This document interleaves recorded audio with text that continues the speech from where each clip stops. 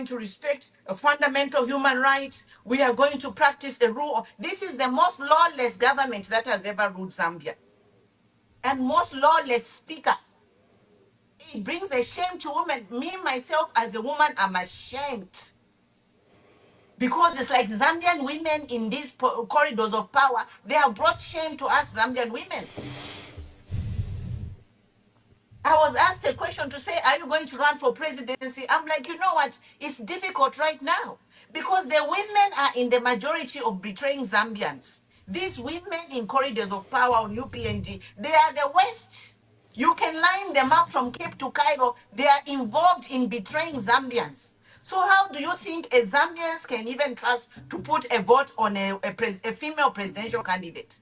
Because of the caliber of these kind of politics Speaker Nelly Muti is presenting. All of them. I can list them. So we are saying this thing has to stop somewhere. This behavior of treating Zambia like your personal cantemba must stop. We are sick and tired. And the same way you are throwing people in jail, you shall also face the wrath. The president always says you are on your own if you are committing a crime. And indeed, you will be on your own. And indeed, the same law will follow you.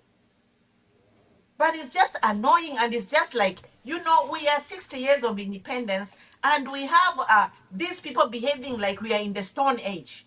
They want to take Zambia to the Stone Age. In 1964, we received our freedom. We received the flag of independence. But now we need freedom from corruption, from betrayal. We need economic independence in 2026. Wonderful, Queen Pumi. Wonderful. Let me bring in Lily.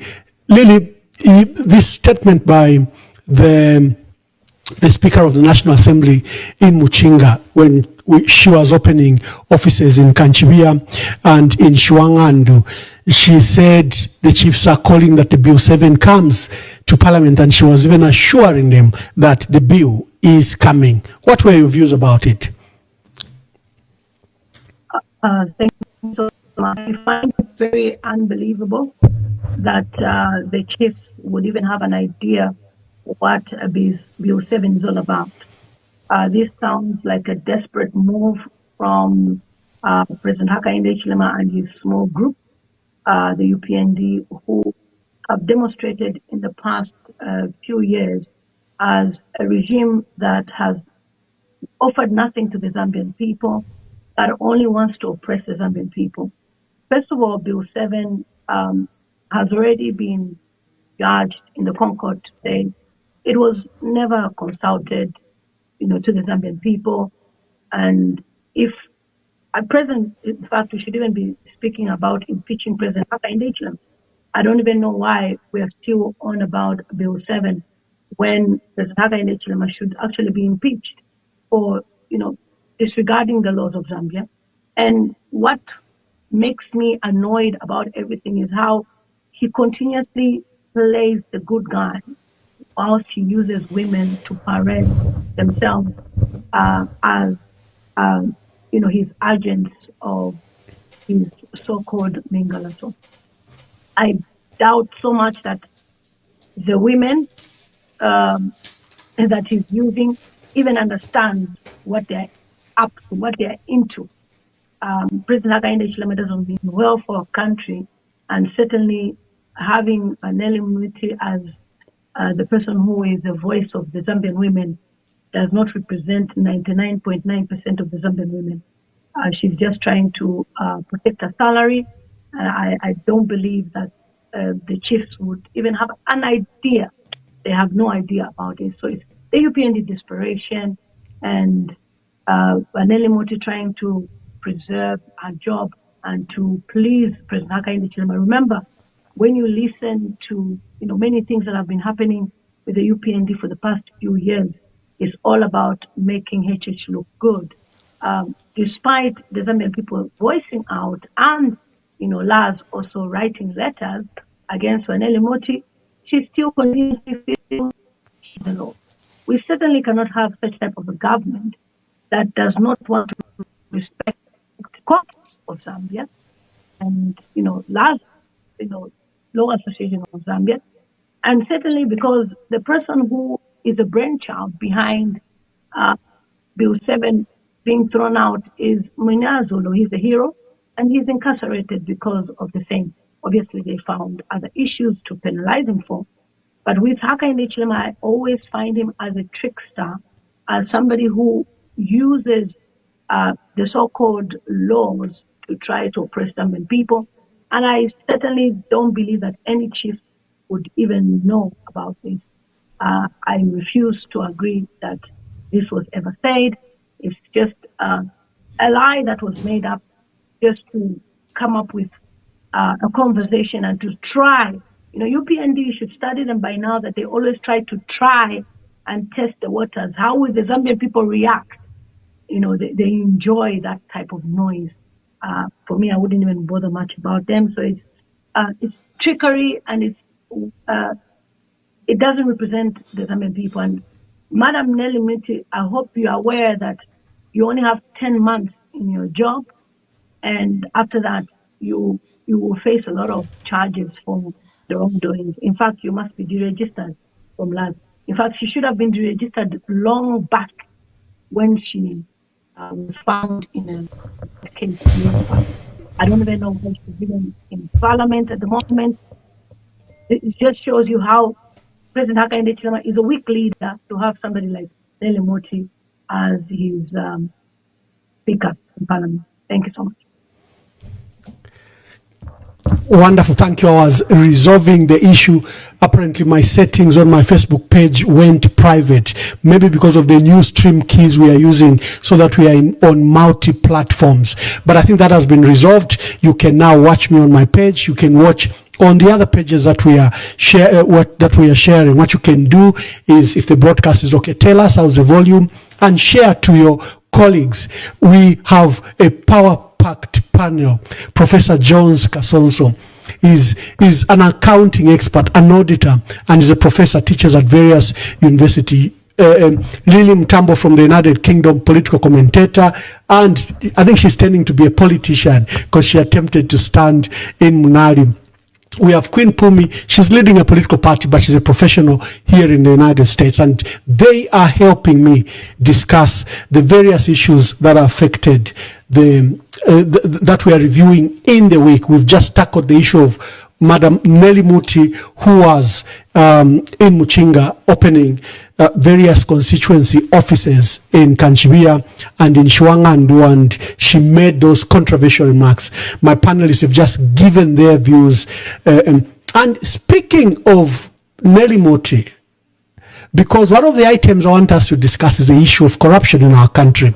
There was a judgment before a Lusaka magistrate that has sent to jail 4 and 5 years former Minister of Foreign Affairs, Honorable Joe Malanji, and former Secretary to Cabinet, Secretary to Treasury, Fred Sonyamba, for varying the votes, that he varied the votes, a constitutional issue that the Secretary to Treasury does every day. If the money is on volume A, on vote A, and you want to pay salaries, you may move project money and pay the salaries, and when ZRA remits the money, you can take it back. So he seems to have varied the votes in relation to the purchase of the embassy in Istanbul, in Turkey, and they've been sent to jail. So there's been excitement about this debate, and I want us to go back to the principles of fighting corruption, and I hope that you panelists will help me. And that since we are on Madam Nelly Muti, Nelly Butete Kashimba Muti, in 2014 she was arrested for allegedly stealing 35 million. She had collected monies for retirees. She had fought their case, and their case was successful. When she was paid this 35 million kwacha, she's accused that she bought a lodge and a hotel and went on a spending spree. The workers sued Lukona Chambers and herself in the High Court, and I think the matter is still active. And because it was a criminal matter, they also took her to court. She was in the magistrate court for a period of 4 years. She was actually even put on defense. She was en route to jail, literally, when the DPP entered Enole and the matter was discontinued in 2019. We hope that those workers were paid. 35 million, forgery, theft, and she had stolen this money. Why I'm bringing this matter up is, before we discuss the issue of Joe Malanje, before we discuss the issue of this so-called $11 million, I worry about the manner in which President Hakainde Hichilema fights corruption. He seems to fight old corruption and doesn't fight current corruption.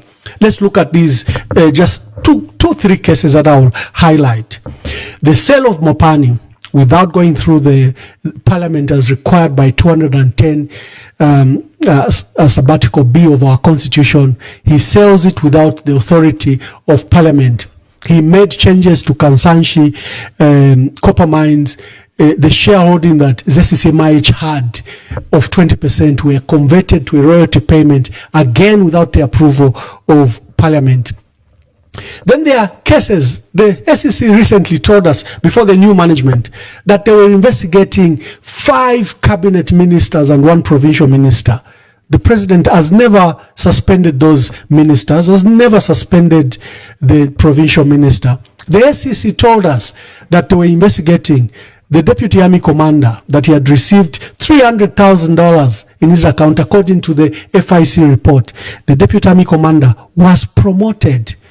We had the case of Tabo Kawana. The SEC disclosed to us that they were investigating Tabo Kawana. The president promoted him to PS. We had the issue of the mayor of Livingstone, and SEC informed us months ago that they have completed the process and that she needed to be prosecuted. They had completed the investigations. It took public pressure, you colleagues, to comment about this matter repeatedly for the mayor of Livingstone to even appear in court. In your view, is President Hakainde Hichilema fighting corruption, or is he using the fight against corruption as a weapon against political opponents? Professor Jones Kasonso, let me bring you in. You posted on your page recently, and you shocked us. You said the UPND must be closed. Now, those were very strong remarks. I want you to start with this as you answer my question. Is the UPND government and President Hakainde Hichilema fighting corruption? No, what they're doing is a witch hunt. They are not fighting corruption. What they're doing is a witch hunt of political opponents. Yes, and you see, when it comes to corruption, you have to think about the accusing finger. If you point a finger at someone, there are already 3 fingers that are pointing back at you. In every one of us has a price tag.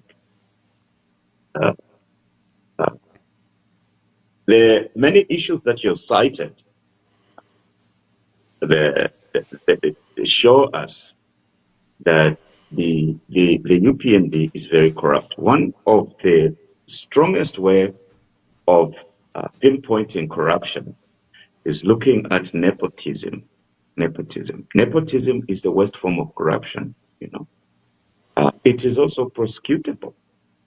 So if you are going in the archives and bringing the case for Malanje and the other people, yes, if they committed crimes, by all means, put them behind bars.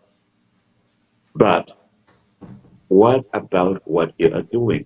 The fight against corruption should be exemplified in the conduct of those who are fighting corruption. You yourself must be above board. When I say the UPND should be closed, it's because of nepotism and the weaponizing regional politics against other citizens. We should remove it from office and then close it. And centralize political participation so that we can obtain unity in the nation. So I was commenting on the issue of national unity and how we can achieve it. Fighting corruption also has to do with the consent of the governed. The consent of the governed. The people who you are fighting corruption on behalf of, must be able to be convinced that you are doing something good that is going to help the country in the long term, not just creating political enemies in the short term. The people of Zambia need to know that their leaders are not lawless in the first place. They're nepotistic, they're regionalistic, and they are practicing selective prosecutions. Of course, prosecutions have to be selective. You can't prosecute everybody. But if the prosecutions are tilted towards punishing one group and the other group seems to get away with everything, then what you are doing is not for the good of the country. So the fight against corruption also can be looked at from the perspective of the institutions. There is no stability of tenure for those who are tagged to fight. You see, the disarray that went on into the Anti-Corruption Commission, the fight between the board and the director, and how that was resolved. How that was resolved. You know, there's a lot of lip service that is being offered to this fight against corruption. It's just fighting against corruption. When you're fighting corruption, you have to be aware of one thing again. There is some degree of corruption in every human being. So even you who is standing upon a pedestal, there is things that you're doing which can easily be tagged as corruption. You just mentioned the contracts in the mines, how they are shrouded in darkness. You know, I can smell something there. When we remove them from office, we're going to investigate how much cuts they were getting from these mining contracts, because there is no need, there's no way that you can auction every quarry and every hill, and then you don't tell us the interest, your interest, what you got out of it. And I am sure most of these contracts uh, have paid, have cuts. They've got cuts out of that. But since they are in power, they can hide everything. Once the veil is removed, we can go ahead and investigate and get something out of that. So I don't have confidence in the current fight against corruption, because the principles in terms of the people who are fighting corruption haven't shown haven't been transparent to the people of Zambia.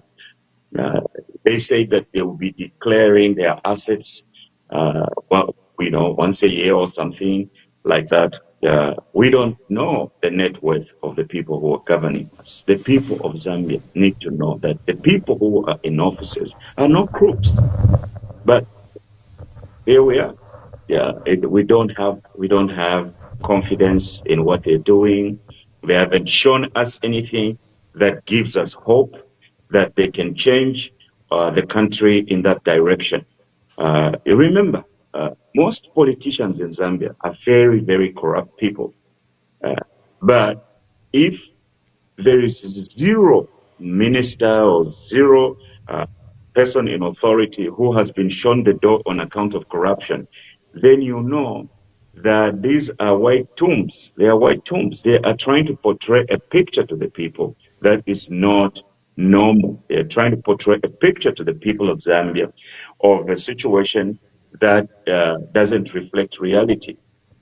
You know, the UPND government, when it comes to uh, their policies and their practices, they are like a bunch of blind people who go in a dark room to look for a black cat that isn't there, and they scream that they found it.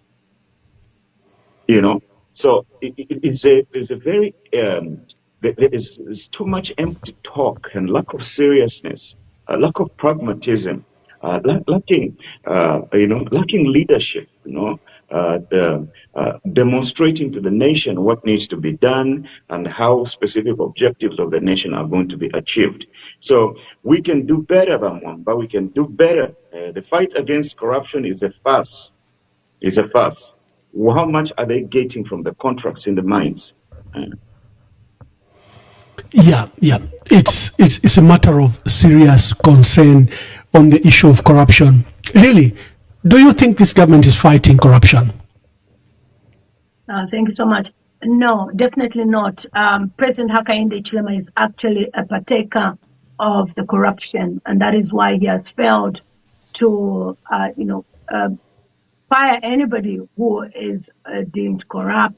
We can see it from the case of the Minister of Health when the ambassador from America, Michael Gonzalez, exposed the corruption with the medicine, ARVs. I always say ARVs because that's our major supply. America supplies the Zambian people.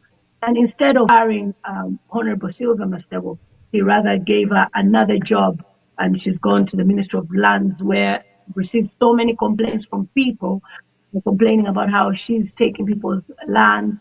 And we've heard President Hakainde Hichilema himself talk about how people should not have land in state lodge. And it's like he's trying to point at the people who previously worked in government and also presently. And to them, it's a miracle if a Zambian is doing well. But President Hakainde Hichilema feels he is this godfather of Zambia that never makes mistakes. His government is perfect. People should worship him. And therefore, he cannot come out to discipline his people, but would rather keep them like babies and, just step aside and give them another job as if it never happened. The issue that happened with the American embassy is a serious, serious corruption case. But Honorable Silva Masewa has never been investigated. And then when you look at how Hakainde Hichilema appoints people, he appoints people from his region. I call them from his family. They are his family members. He recruits them, gives them these jobs, and then he is in control. They don't have a say. He has a say of what's taking place. We've seen what has happened to the ACC. We have Mrs. Mwansa, who discovered about 5 ministers who were corrupt. I'm sure Honorable Silva Masewa was there, but HH rather sacrificed, that lady. He fired her, obviously using the ACC director presently. He fired her, sacrificing the 5 who are there to say, you know what, I don't care about these corruption cases.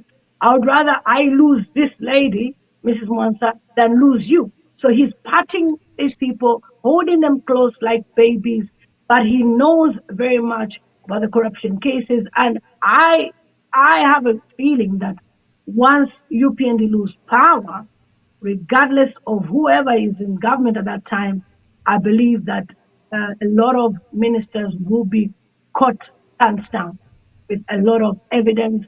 It is clear because we know that most of these people were never as successful as they claimed, including President Hakainde Hichilema. He was actually bankrupt, but suddenly he's seen how rich Zambia is, how wealthy Zambia is. He's confessed that he used to make deals in the toilets. We never say these things. He said it himself that he was signing deals in the toilets with First Quantum. Are you surprised that there is a free tax on the mining? No. And the people that surround him, they are so pompous. They don't even care about the welfare of the Zambian people because to them, they have already won the elections in 2026. When you look at ECZ, who is the ECZ chairperson? Wangala Zalomes, a full-blown UPND cadre. Even in the ECZ, there is corruption. We don't know what they are planning to do presently for next year, 2026, but certainly for the by-elections, there is evidence that they've been rigging. But who are we to point out at those corruptions that are taking place? We are seen as nobodies because they have the state machinery. But I can assure you, after May 2026, when Parliament closes down, when they have their last sermons or sessions, I believe that HH will be on his own, and many people who actually start surrendering to say, we are sorry, we stole so. So he's looking at the past corruption which took place, and he's very tactful.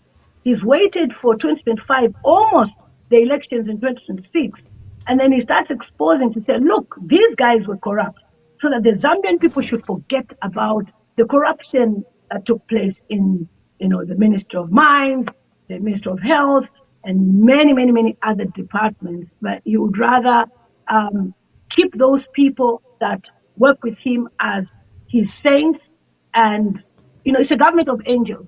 And then look at the PF, the previous regime, as the demonized government that didn't do the right thing. And that is why even when President Hakainde Hichilema makes speeches, I always take time to listen to him. It's like he's always looking at the mistakes of PF, the failures of PF. What about you? You've got so many people who failed in your regime. Are you firing them? No. Have you brought them to book? No. And you would rather give them other appointments than firing them. But as for Honorable Sylvia Masebo, that one was the biggest mistake he ever made. If he had fired her, at least Zambians would have seen that he's a leader that understands, that sees, when people make mistakes, they need to be corrected. But he rather dropped her off, withdrew her, and gave another appointment.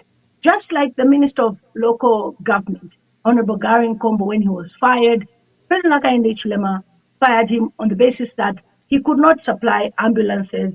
Why? Because Honorable Garen Kombo, it is believed, he gave a contract to his son-in-law who failed to deliver the ambulances.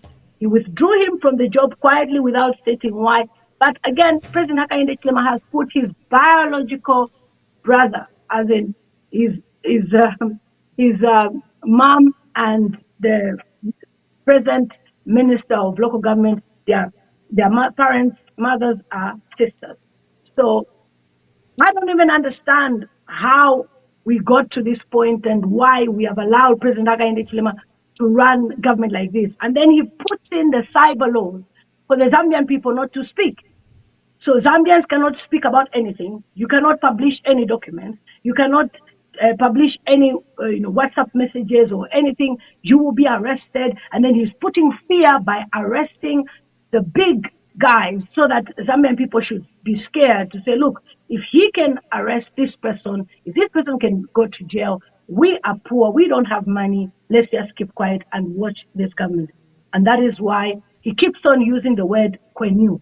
This is the most annoying word ever. It's actually an insult to the Zambian people, because he's rightfully telling the Zambian people in their faces to say, look, you are dumb, you are stupid, and I'm doing all this corruption that is taking place, and all you have to do is Quenu.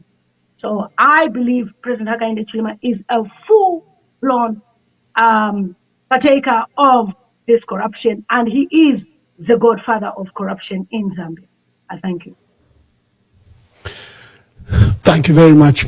Let me bring in Queen Pumi. Queen Pumi, do you think this government is fighting corruption, or is it using the fight against corruption as a weapon to destroy political opponents, make himself dominate?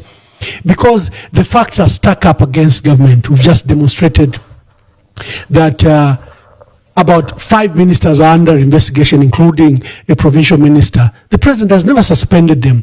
The practice across the world is, if anyone is under investigations, so that they don't destroy evidence, so that you give confidence to institutions that are conducting the investigations, you need to set them aside.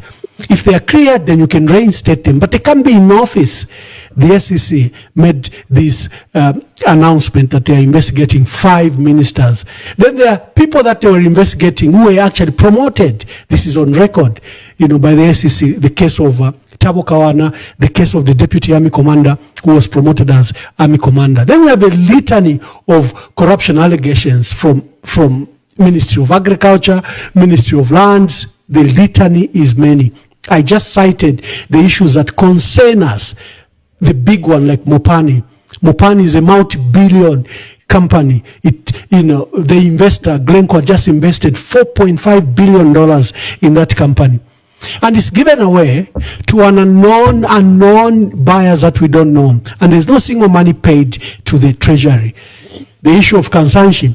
Lily has just mentioned a story in the News Diggers. The president himself said, we used to meet in the toilet with the directors or owners of First Quantum.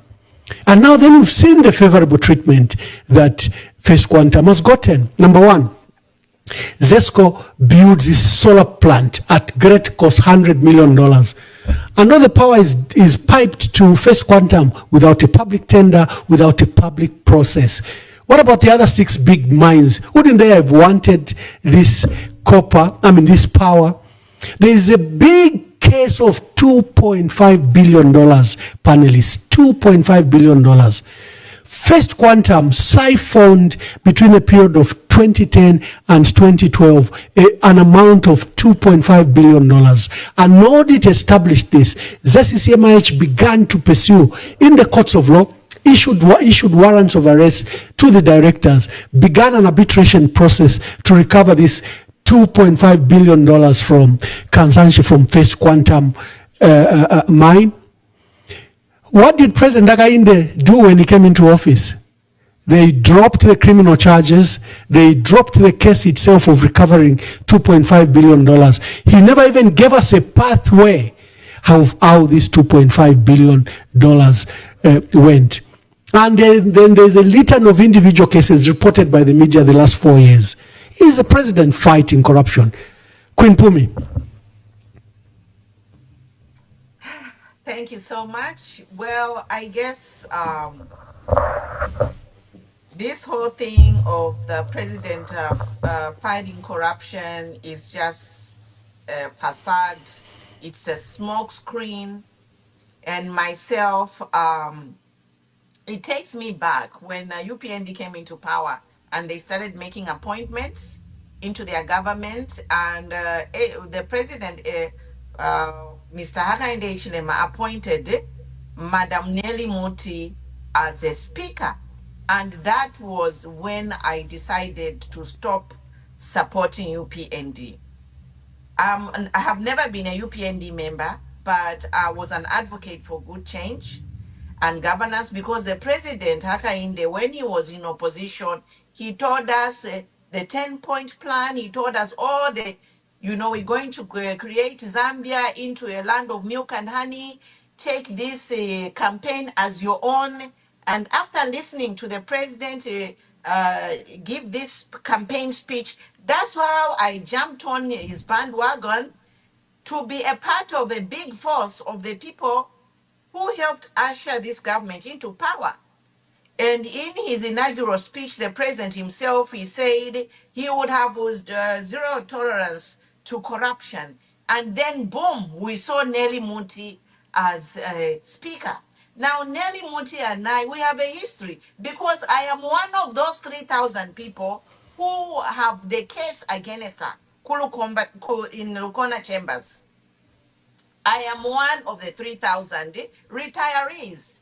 And the reason I am one of the still here is because when I retired, I was among the youngest people who took that package. I just barely got my 10-year service in the civil service, and that was the criteria. You need to work 10 years to get the package. So I am one of them. And when I saw Nelly Muti as a speaker, I'm like, we are in trouble.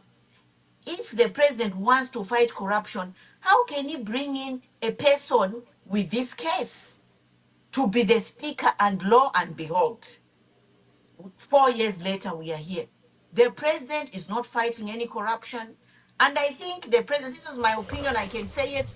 I think the president is using a mafia style of governance where he's surrounding himself with friends and family and people who have cases. So like a person like Nelly Moti, who knows, maybe she could be threatened to say, if you don't do this, I will start a case against you for that $35 million. You know, so let's not even cheat ourselves. For this, what the president has shown us in the 4 years, he didn't come to fix anything, but he just came to take Zambia and make Zambia as his own kingdom. And the way he's doing it is witch hunting. Even his cabinet, I hear some people who are working with him, he tries to find people with some kind of maybe legal thing so that he can manipulate them. So these people, maybe they're not even doing these things willingly, but they're being manipulated to do these things. This is my opinion. I can say it. We are saying that he's fighting corruption. The corruption is selective. How the hell do you take 4 years to judge on this case of the Bamalanji and the counterpart? This is manipulation. Why didn't they judge them in the first year? So these people, they have their cases hanging on their head, so they can't talk. They are there fearing in their homes. I don't know when I'm going to court. And this is by design to scare people. And you are going to see it's a pattern now. This thing that this president is doing, it has it's a system. How corrupt or dictators the techniques they use to oppress people and sway people's thinking. People are being swayed now as we are under a year into voting. The cases are being closed, and all over we are being, the news is splashed with, oh, PF, they stole 11 million. 11 million is pocket change to $3 billion in the FIC report. 11 million is pocket change to the $2.5 billion with the, is it QFM mine?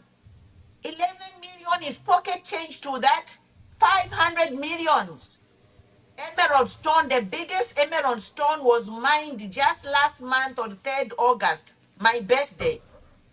As we are here talking about they want to bury ECO, what money is going. Stones, 500 million stone was mined last month in August. Where is it? Tax, export tax is being waived. Are you kidding us, or do you think Zambians are stupid or what? If we go to towards the bereavement we are facing in the country, in the name of corruption, we lost our beloved president, former President Edgar Chagwa. He died because of corruption. To seek corruption, you denied him to travel. You pursued his wife to a point we have lost Valungu in the name of seeking, fixing corruption, whatever. My question to you, Bahaka Inde, how far are you willing to take this? Because we have already lost a life. We have lost Valungu in the name of fighting corruption. We lost Vanawakwi in the name of fighting corruption. You people, you even wanted to drag a court case to her deathbed in a living room. Who does that? Who does that when a Zambia is suke amen? So this is not fighting corruption. These people, they are hounding Zambians to death.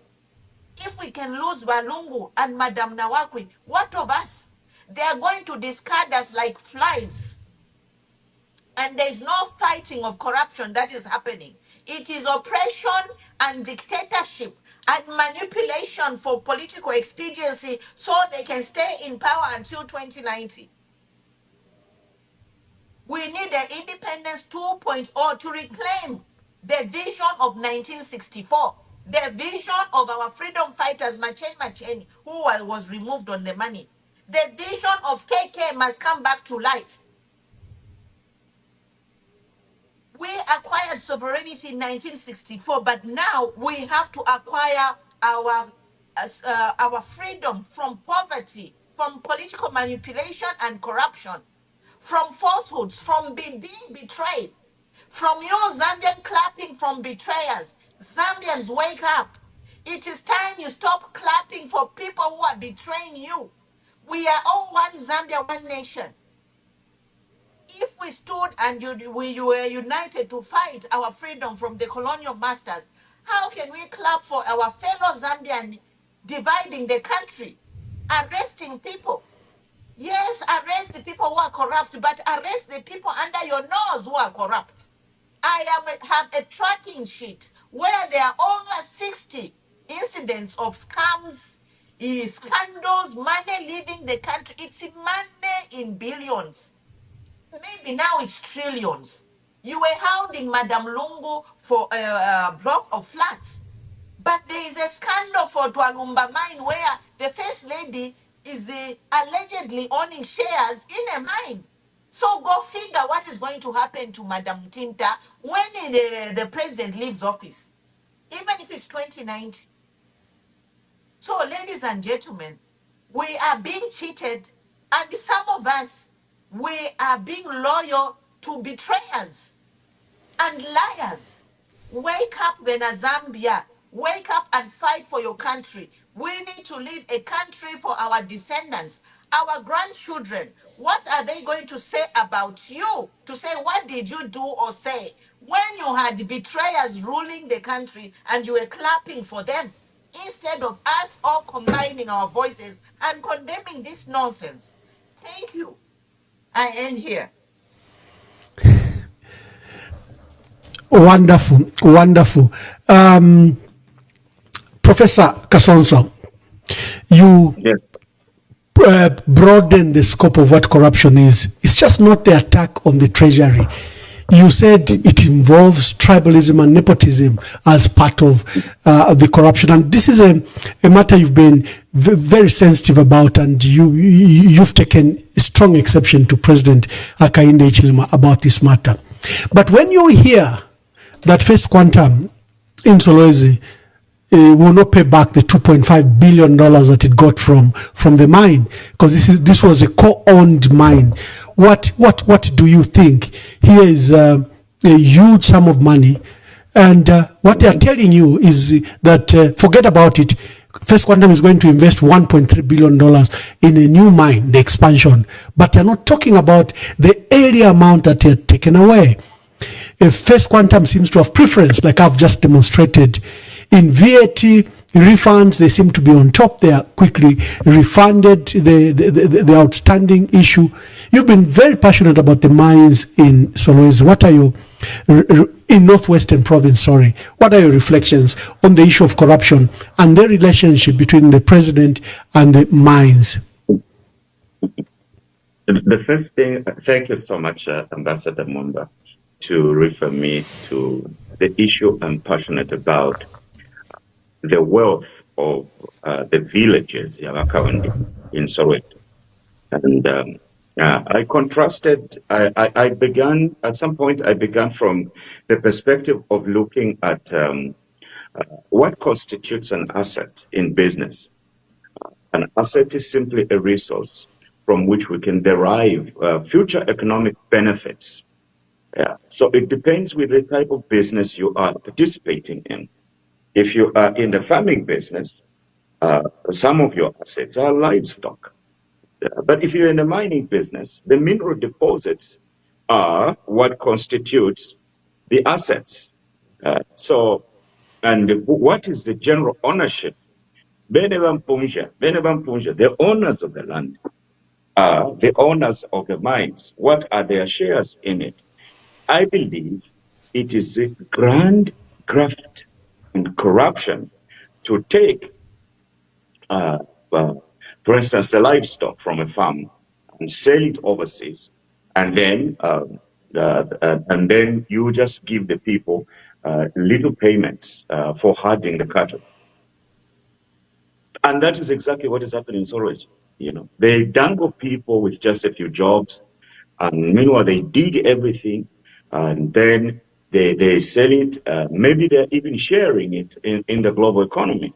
So the way they've structured those deals and the way they are handling those mines, it's graft of the worst kind. It's corruption of the worst kind. So I commended them to stop the steal, stop stealing from the people.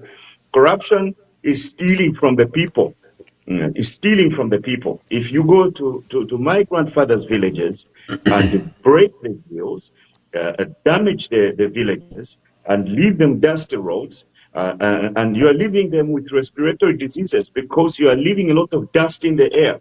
And then you don't build hospitals there, you don't build bridges there, you don't build schools there. That is the worst form of corruption. So stop the steal. Stop the steal. Yeah. So whatever they are conducting, they say they are bringing investors.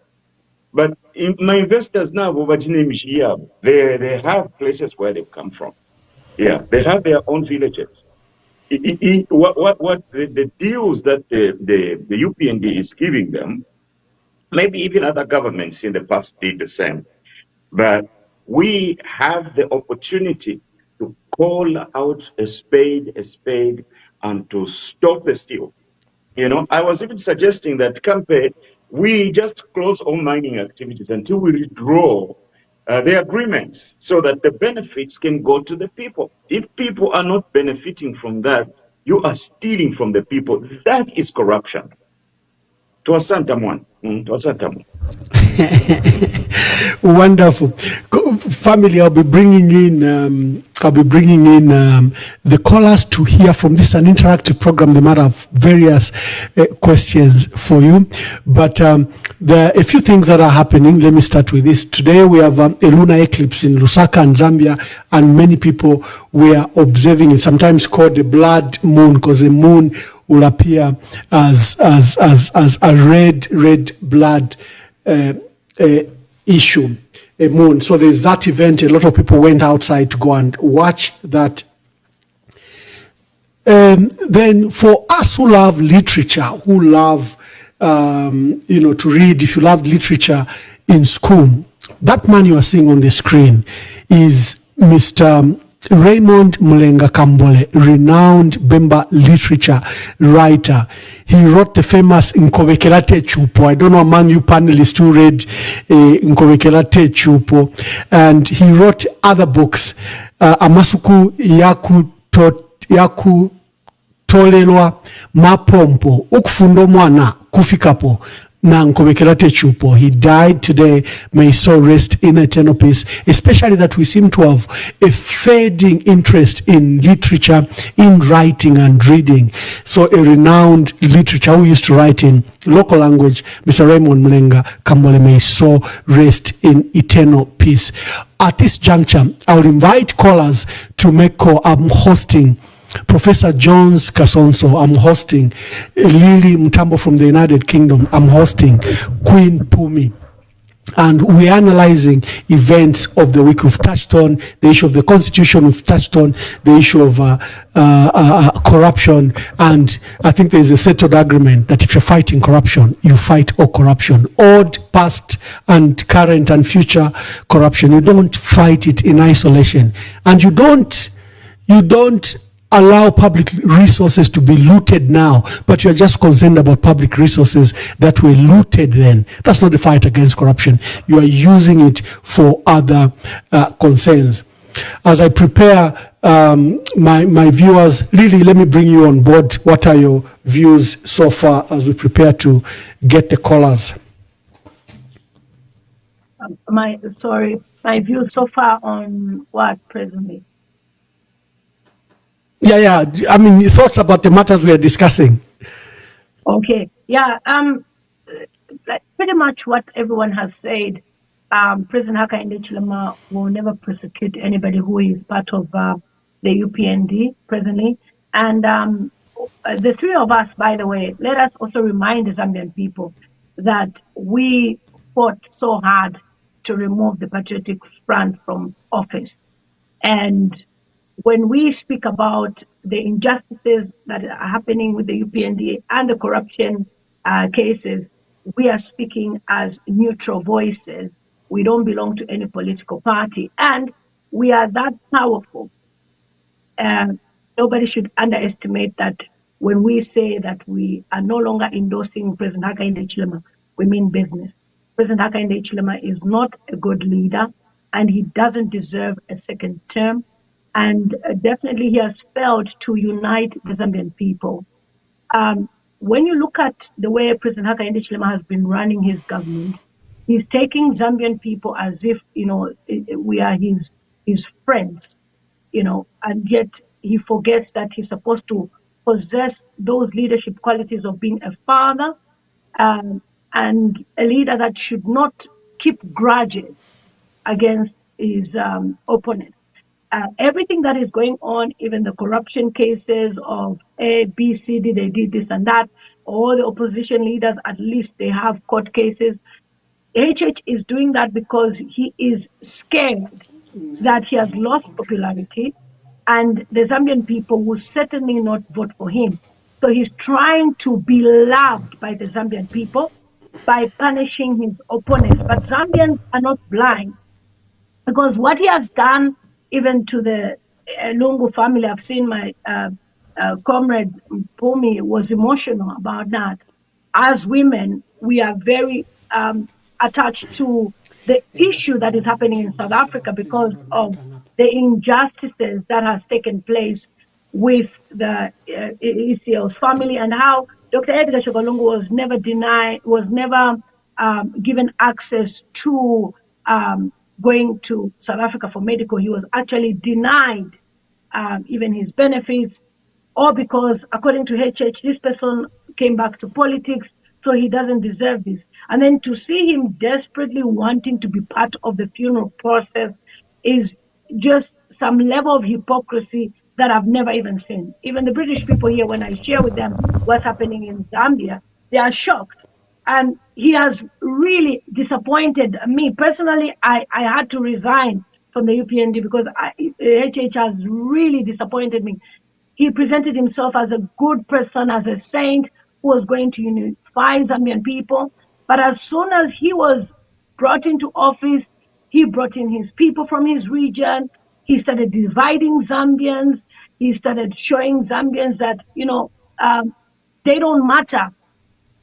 Because if the Zambians matter, HH would be listening to the voices of the Zambian people. He's closed his ears, and according to him, he is going to be in office, and that's why his people always say, HH Paka 2090.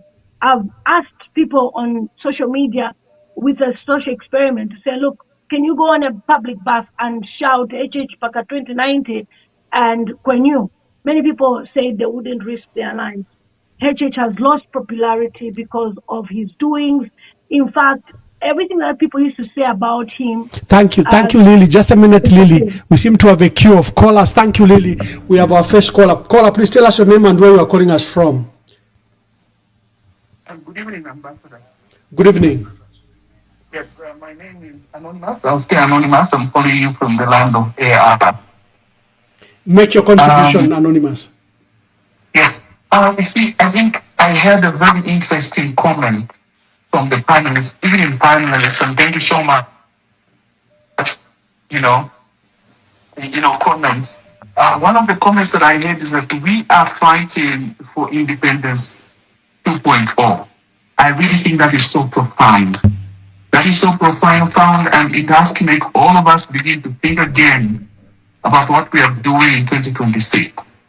Because clearly the UPND has given our natural resources to foreigners. They have given, they've given the control of the roads from Ndola to Lusaka to foreigners. They've given tax holidays to foreigners. It's almost as if we are back in 1960. It's like those who are not Zambians take precedence. They are more important than us Zambians.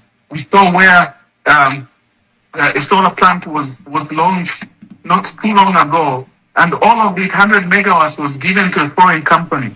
Whilst our small businesses in Lusaka, our small businesses all over the country don't have electricity, and they can't run their barber shops and their restaurants and their salons.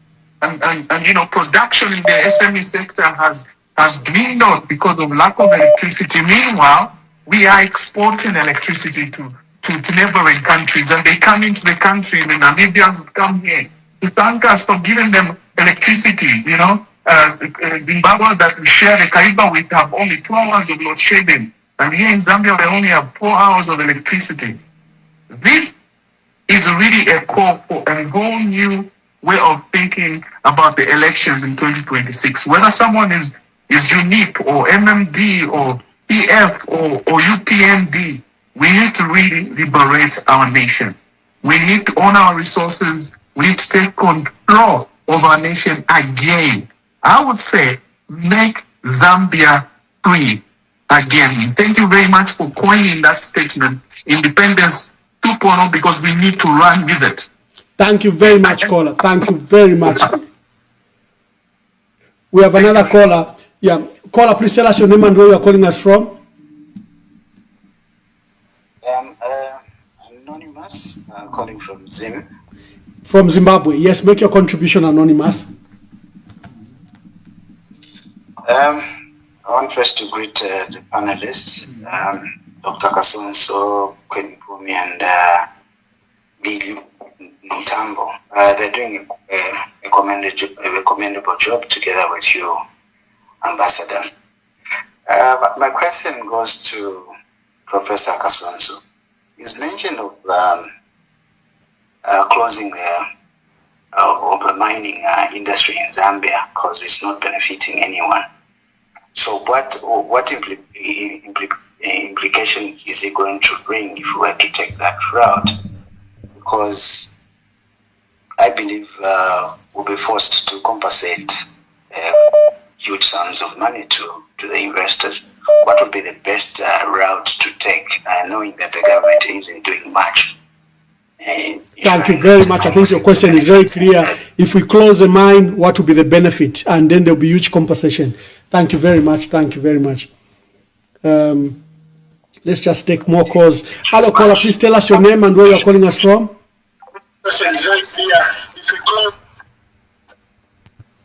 Yes, caller. Please tell us your name. Very well, thank you. Yeah, it's Patrick Chilufia from the UK. Patrick Chilufia from the UK. Make your contributions. Greetings to the fantastic comrades you've got there.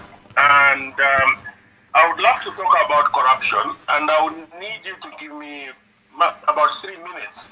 But I just want to say, to make a plea to the opposition party leaders and the panel. I think Bapumi, Bakasonso, Lillian, the diaspora is a powerful 11th province of Zambia.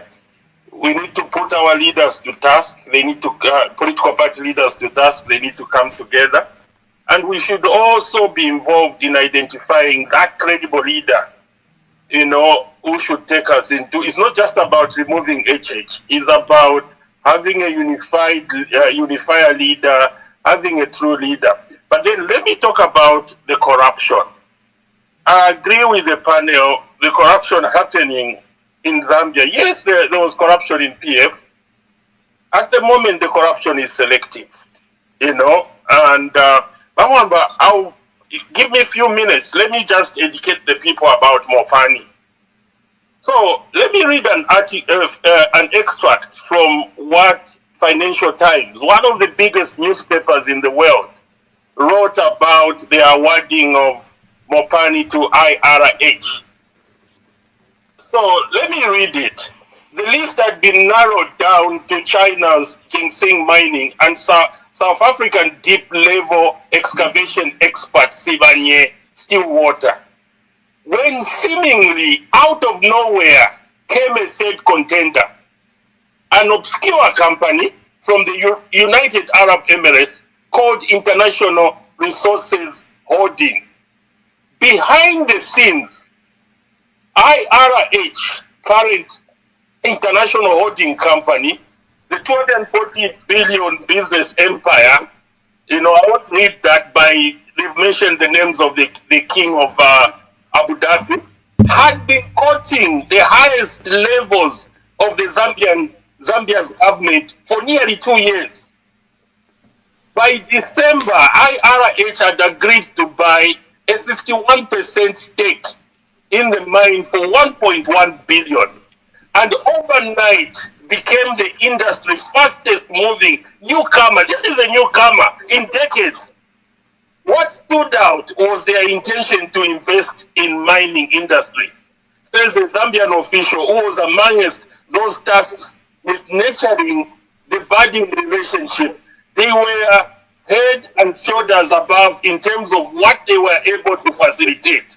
Then the most interesting part of that article, it's a long article, I'm just picking up. But the Gulf investment also comes with risk.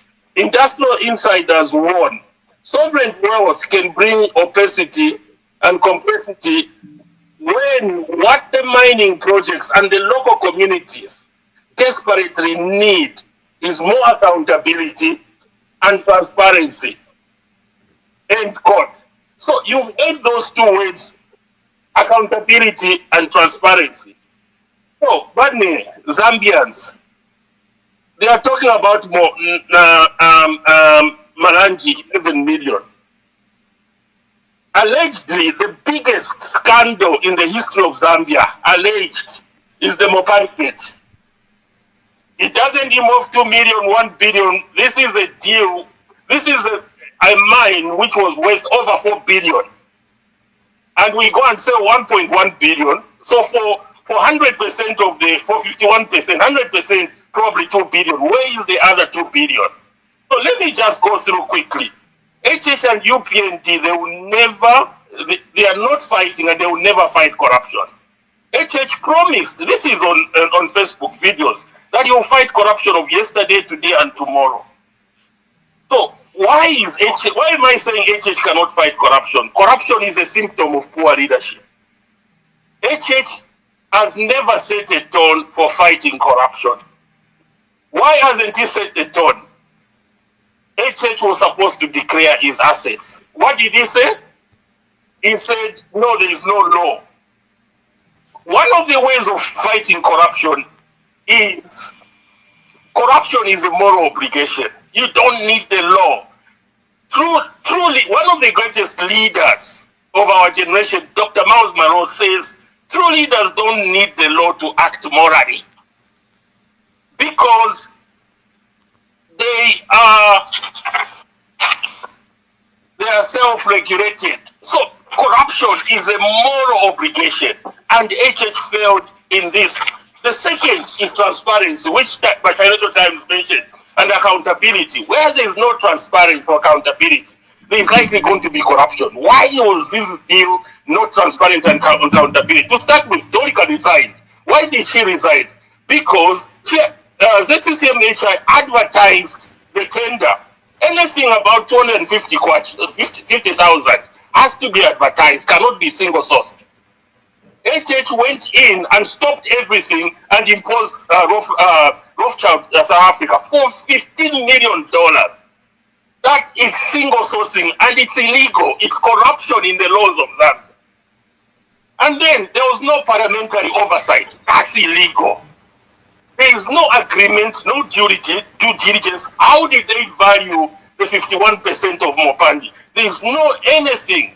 And then 2 companies have been shortlisted by the same company that was imposed. You heard what I read in that article from Financial Times. Again, HH went and imposed a company, IRH, no experience in mining, and no money has come in. Because in accounting, Bakasonso is an accountant. As an accountant, when you are selling something, there are 2 things. What you are selling and what you are getting. What you are getting, we call it variable consideration. So if you sell 51% of shares, you are getting 51% of cash equivalent to those shares. Where is the 1.1 billion? Now, what we talked about it, she was in trouble. ZCCM-HI should have received 1.1 billion. Where is it? We are selling copper. Where is the money going to? Nobody knows about that. So, and then let me just talk about Minister of Health quickly. 1 minute, Bamwamba. Another place where there is a scandal. Why hasn't Silva Masewa being prosecuted? 61 containers in the bush. Those medications were destroyed. Zansa report, the ambassador told them, when you mention, one of the ways of fighting corruption is naming and mentioning and naming, naming and shaming. They've refused to mention those 2 people. But let me just talk about the history of Silva Masewa. Silva Masewa, when she was a minister in Sata's government in 2012-2013, HH wrote to Sata, this is in Lusaka Times, if you go and Google, that you should fire Silvia Masewa and Winter Kavimba because they are corrupt. How did HH appoint Silvia Masewa to such a strategic ministry, sensitive ministry, which has been used as a cash cow, the only ministry for a permanent secretary to be prosecuted for the first time, Dr. Bulaya. And then Winter Kavimba is now a alliance partner. HH will never fight corruption. I rest my case. Thank you very much. Thank you very much. I've got a caller here. Yeah, I've got a caller here. Caller, please tell us your name and where you're calling us from. Just a minute, caller. Yes, caller, please tell us your name and where you are calling us from. Good evening, Wamambad. Good evening, the panelists there, Wakasonso, Lili Mtambo, and Queen Bumi. This is the fair calling from Lusaka, Zambia. Hello? Make your contribution, my brother, quickly. Yes, I want just also to explain something just for 2 minutes. Wamwamba, President Hakainde Hichilema, why he has failed to fight corruption is that he promised us that PF were corrupt and is going to fight corruption. Whether he even said that whoever is going to appoint, and he told us that he's going to appoint people who are intellectuals and the best than Edgar Lungu. That's what he told us, and these are the men and women who are going to make sure that this Zambia will fight corruption. But he told them that whoever is going to be involved is going to be on his own. But what is shocking now is that the 4 years down the line, he has failed even to find people who are corrupt in PF. What does he do? He started panicking until now, started now creating the issues of Boma Lusambo and the rest. The case, everyone knows how it has happened, the issue of corruption. So this is where now the president has got pressure from the Zambian people. So he wants to prove to the Zambian people and the electorates that PF were corrupt so that he can bounce back in power. So there's a saying which they say that when you go to the system, you go to change the system, and little did you know that the system will change you. This is what is happening now towards our President Hakainde Hichilema. So the system has changed him. That's why you have seen he has put SCC under State House so that he's a referee, he's a match commission, he's a linesman. So how is he going to fight corruption? So he cannot fight corruption. Thank you very much. Thank you. Hello, caller. Please tell us your name and where you are calling us from. Good evening, Your Excellency. Good evening.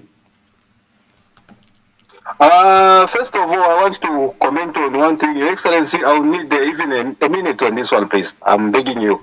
And I'll be very fast going ahead. First thing I want to comment on is Shaft 28 in Wansha. Shaft 28 is it's a dam underground which cannot even be dewatered. We all know what it is, underground dam, how it is. He has taken that project and given to CEC, of which CEC we all know is part of the project here. He has given CEC $22 million to dewater, to remove water from underground dam, which is impossible. And as we speak, the report is that that water will finish, they will finish dewatering it in August 2020, the coming election month. You understand?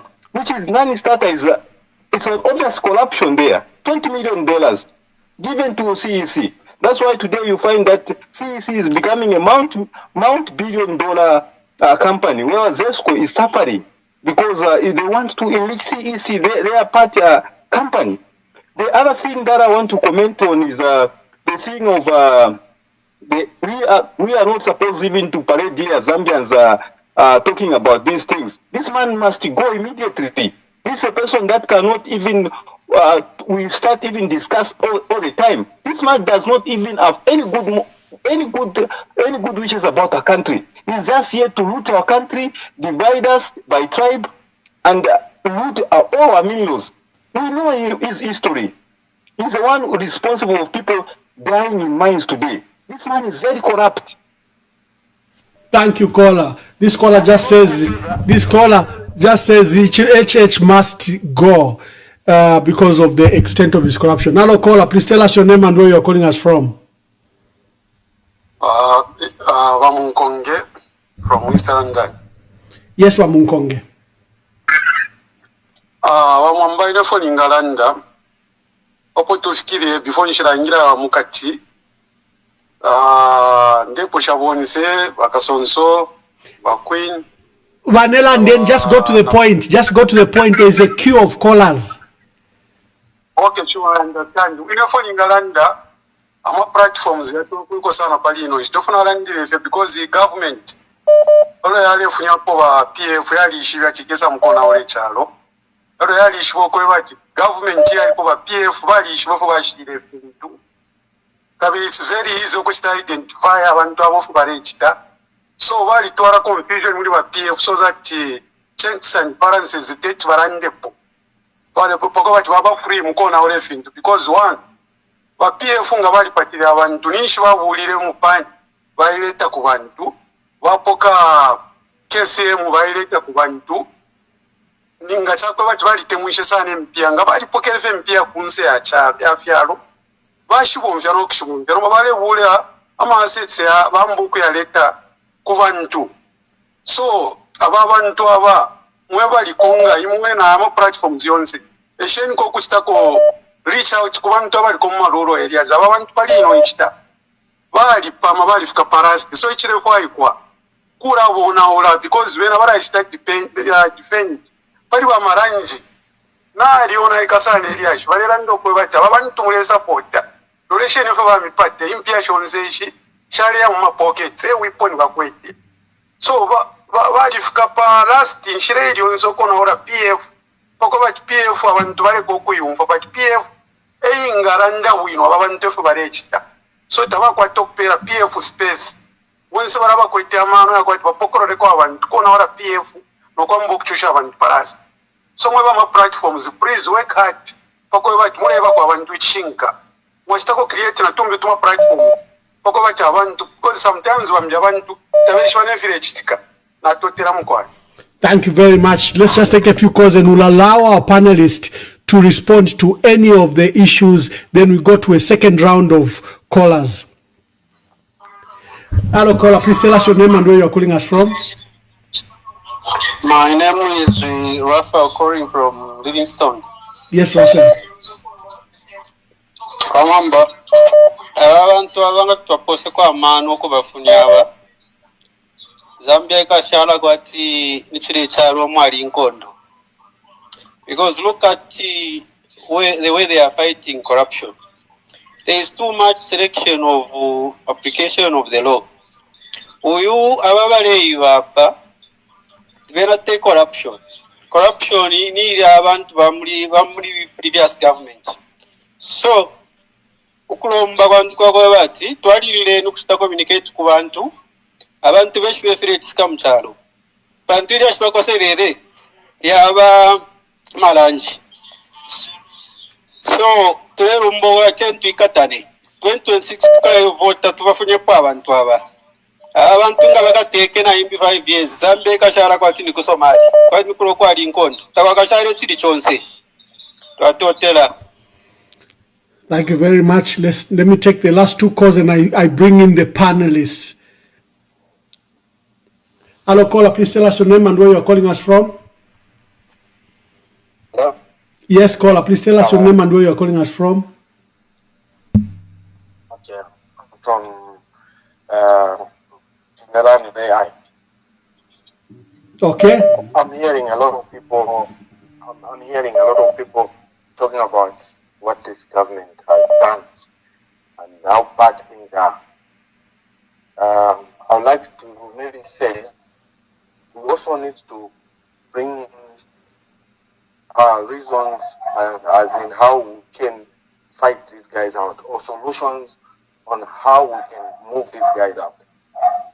Part of the solution that I would want to start with is to say, I heard the other day given Rwinda saying we need people to stand as president. They need to join the PF and whatnot. I think our goal is to move these guys out. And thank you very much. Like, if you come in. Yeah, thank you. It's very clear. Like many other callers are saying, look, discussing their problems is not a solution. How can we make them go? Hello, caller. Please tell us your name and where you are calling us from. Okay, my name is Reynolds Kazeze. I'm calling you from the US. So now, UPND, from the way I've seen they're doing things, it's no longer a political party. UPND is a parasite. UPND is a parasite and Zambia is the host, and they are sucking living the life out of our country. You see, the UPND, what Hakainde is doing when it comes to how much they are just stealing, they've reached a height where they're doing it openly, and also I would say they're doing it openly because these things are coming out and they don't care. This is why they are trying to force down the Bill 7 down our throats so that they can do the delimitations and start appointing their own MPs. How, in fact, democracy means the power is with the people and for the people and by the people, because you give power to the people in order to elect leaders.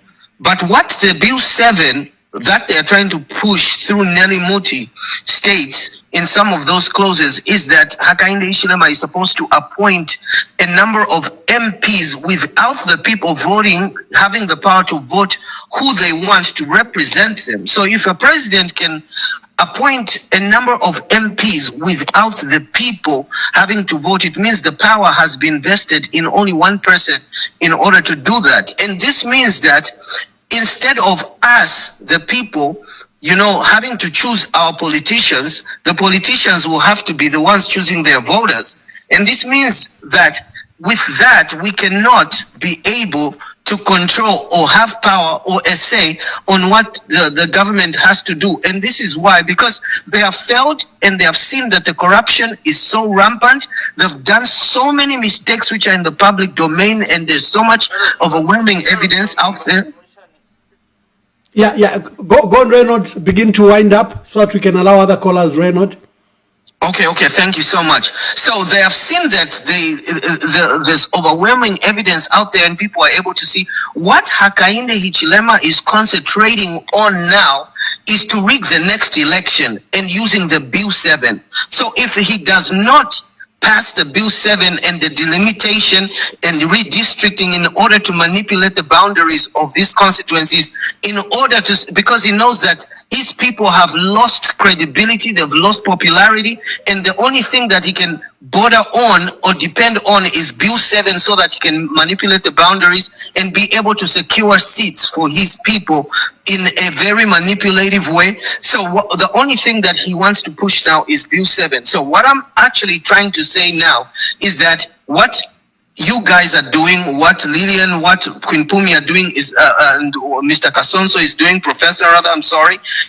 is a very commendable job. I think that these people have nothing that they're coming to do in 2026. I'm urging all Zambians to just make sure that everything that you need in order to vote these guys out, get your reg if you don't have one, and your voter's card, and be there on that day to vote these guys out. They don't mean well for us.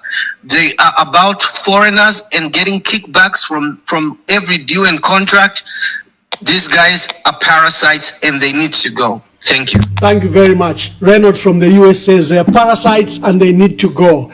Hello, caller. Tell us your name and where you are calling us from. Hello, this is Mwewa from Livingston. Yes, Mwewa, please make your contribution. Yeah, thank you so much. I've been following the program, and the panel is quite prepared, and it's very encouraging. Number one, I want to maybe try to mention some of these things. For example, voter education. Up to now, about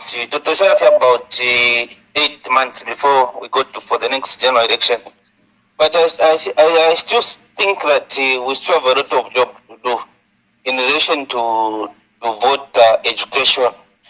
The voter education, why it's important is because we need to equip our people on the best skills on how they should select a leader in their constituencies and in their wards. And they must be prepared to ask some questions to the people that have that were voted into office in 2021 of the thing that they promised. What have they achieved? Did they come back to the people? And then the other question is, the same people that are voting that member of parliament, what do they want them to do for them? And how do they identify a person who is going to sort out their problem? So the issue of where somebody resides in Lusaka, then he becomes a member of parliament, for example, in Livingstone, those must be, people must be educated to prevent things like what's happening today, where leaders have been elected and they've run away from the people. For example, here in Livingstone, we've got a very serious issue of human-animal conflict. I think a few days ago, one person here, elephants have invaded they have eaten those who do to gardens. Those who are farming along the corridors of these elephants, they have wiped out the crops and the fruits. Now, when they go to Zawa will say that there is no compensation. There's no law that compensates when an animal gets something from you. But again, we've got a department under the vice president, under mitigation, where they understand disasters, but people are not being helped. He said the animals are being protected, all people are left vulnerable. Why? Because they are not, the people have not been equipped with skills of how to select the leader that they want them to present for them. And then the other thing, Ambassador, the corruption. Corruption is a cancer, of course, dirty corruption, but it can be prevented. Now, we have higher chances of corruption. Maybe we have very high chances that corruption might spill in the 2026 general elections. Now, the question is, how do we prevent corruption? Thank you very much. Thank you very much. Arokola, please tell us your name and where you are calling us from. Good evening. I'm calling you from Antarctica. From Antarctica, wonderful. Make your contributions. Yes, I want to say first of all, a very big thank you to your panelists. I want to say thank you to Professor Kasonso, to Lilian Tambo, the Iron Lady herself, and Queen Pumi, obviously. And I want to proceed and say that just like you asked earlier on, there is no way we can say that UPND and President Hakainde Hichilema are fighting corruption. Their hands are stained with corruption, like their corruption is overflowing. Even a baby knows that this government is over corrupt. When you look at Honorable Zobamiasebo, she's coming all the way from MMD. She's been held in office. People respected her. She has found her way in the PF government. She moved to the UPND government. These are people that are just aimed at exploiting our nations, and these are people that President Hakainde Hichilema is shielding for what? At the expense of the sufferings of the Zambian people. Bamwamba, we cannot take that. Zambians are honorable and dignified people. They need to be protected. How can the president be giving away assets that are national assets without hesitation, without fear or respect for the people of Zambia? No, we can't have that. And we cannot have laws that are being choked down our throats, that are not consulted with the people. We don't do that. They stand every day, now and then, condemning the PF government. But President Edgar Lungu respected the people enough and went and consulted. I remember all the people, the field workers, they used to come and consult us. They will ask each and every individual how was staying, and we'll give them our views. And when they brought that referendum, it felt like anything else. And we dropped it. But President Hakainde Hichilema, he has done exactly the opposite. Whatever he condemned, he came and did it. He's very hypocritical. His government can't be trusted. These are very dishonest people. Whatever they say, they will do otherwise. If they tell you it's black, look again. If the UPND government tells you it's 12 hours, check your clock. They are lying. So we can't have leaders that can lie like this in broad daylight. How do we trust them? These people will bring civil war. Zambians, let's stand up and fight for our country. These resources that these people are looting and wasting, they are our resources. And that's why President KK reserved them for the future. But we are in the future and we take nothing. We enjoy zero. Look at the poverty levels. Look at the water. All these Chinese that he's shielding without protecting his people. All these disaster where they say that the water is okay. What is that? What kind of government is that? Like, they have not taken any measures to show that this is what we are put in place to ensure that our people are protected. This is what we are doing to ensure that this river is okay. What have they done? What methods have they used? Just the minister or whatever, whoever he is, or PS, goes there, takes the water and says this water is safe. Like, is that leadership, Ramwamba? That's not leadership. They have to demonstrate leadership, but obviously they can't, because you can't demonstrate what you don't have, and you can't give what you don't have. What they have is what they are giving us: criminal laws, bills that people don't understand, that they don't accept. They want to make farmers have evil laws. That's what I call them, because these are laws against the Zambian people. Only God knows where they are cooking from. So we can't have that. We have to remove this government before it's too late, by all means. And corruption, how far can corruption go? Corruption is not just about millions. We can tell by their behavior. They are corrupt. How can President Hakainde Hichilema be shielding that Madam Zelomes when her daughter is facing murder charges? That's corruption in itself, because she will be very biased in her decisions. And she's serving the Zambian people. No, she's not serving us. She's serving President Hakainde Hichilema and his interests. And this is an institution that is anchored at democracy, that's supposed to demonstrate democracy of our country. So no, we don't want to go back to where we came from. We want our country as he found it, and we will take it where we want to go. We don't want President Hakainde Hichilema, and he cannot impose ourselves or himself on us, impose his one region mandate on us. We don't want that. We don't want him to make us hate the Southerners. No, because we love him. He is the evil one. He is the one having all these bad ideas. And let those ideas remain in his house. Don't divide our nation. We love our nation the way it is. We get along the way it is. Please. But we know he can't even come up to say these positions are fairly done, because he can't. It's not in him.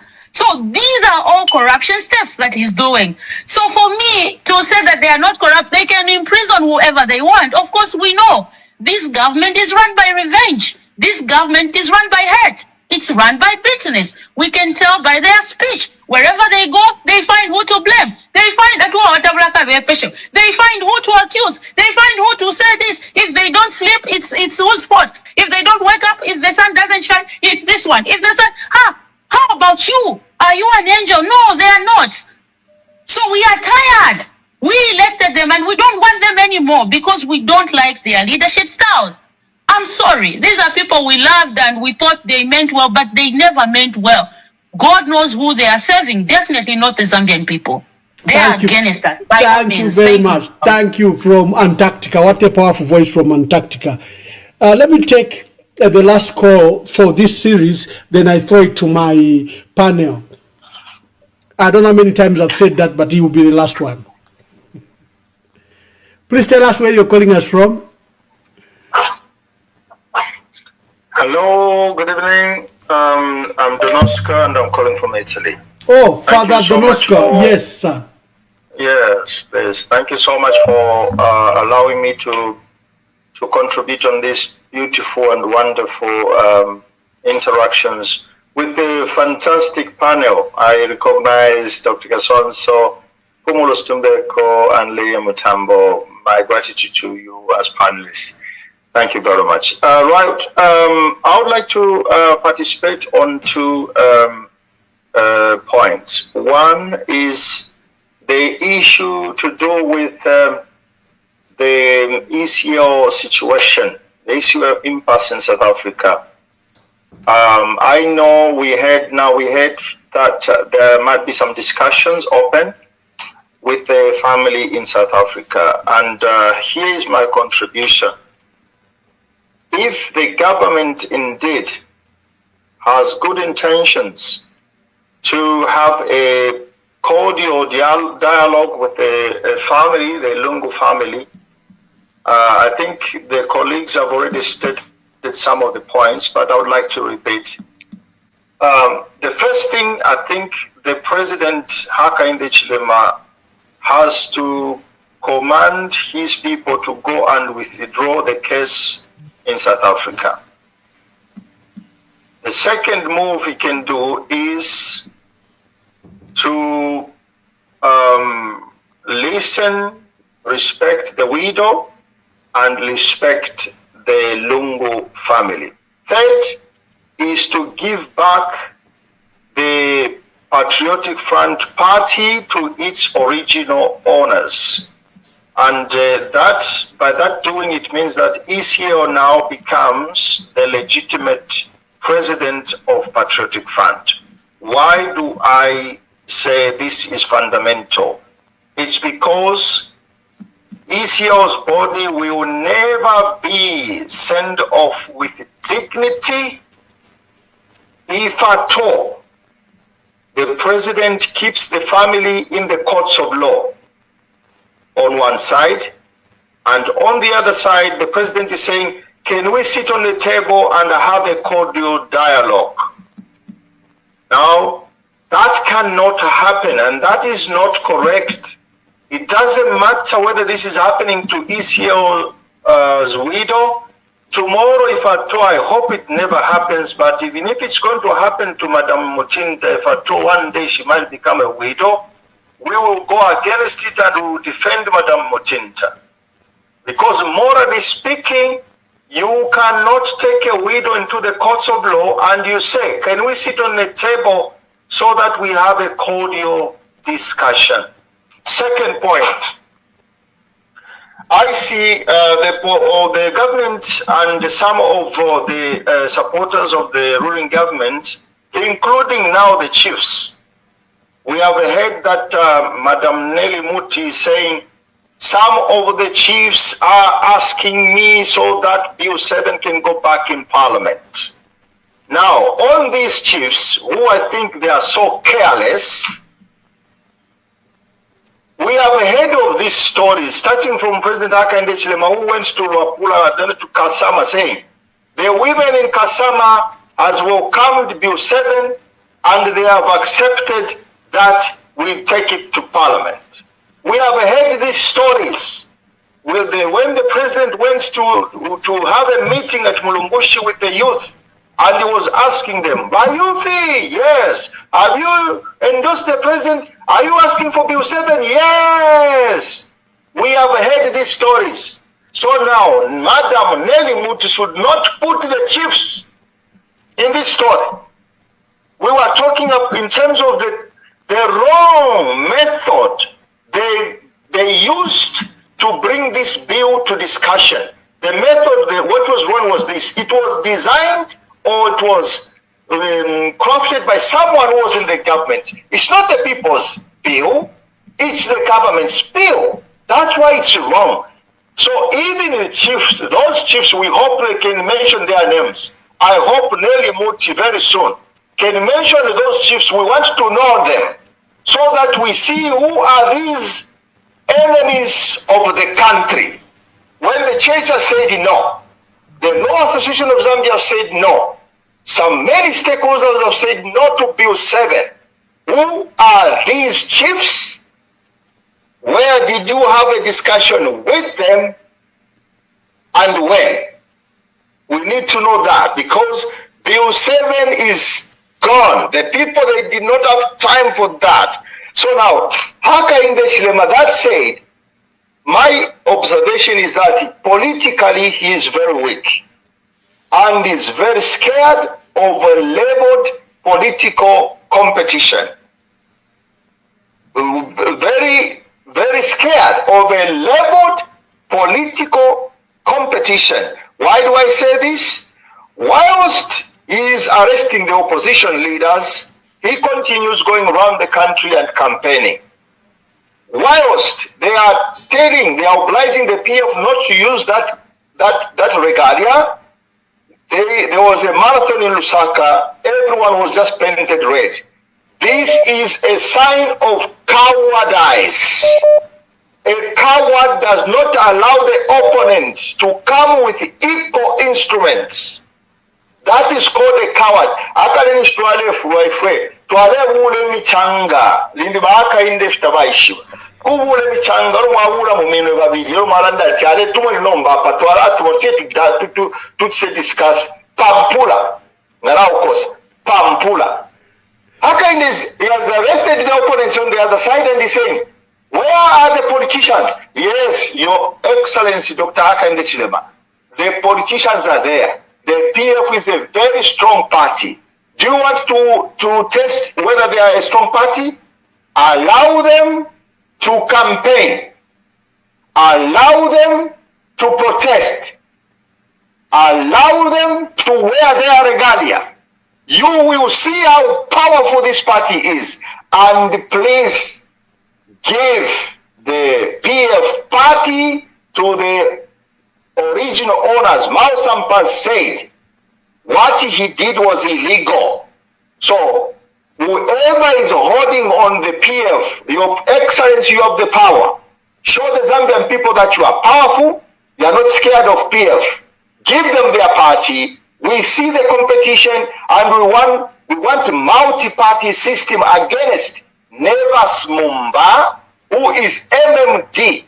The father of multi-party system was MMD. Nevas Mumba is the current president. He has also showed cowardice. Nevas Mumba showed cowardice. Instead of competing, let him defect from MMD. Let him leave MMD to other people and join UPND. The same people with Chabinga. He loves UPND. Let him defect from PF and let him join UPND. Thank you so much. Thank you very much. That was our last caller for this session. I'm going to take another set and we close.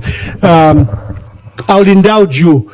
I'll start with Professor Kasonso.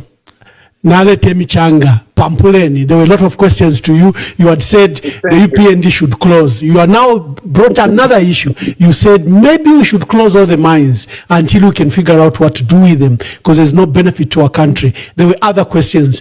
Let's start with Professor Kasonso, then I go to the other panelists.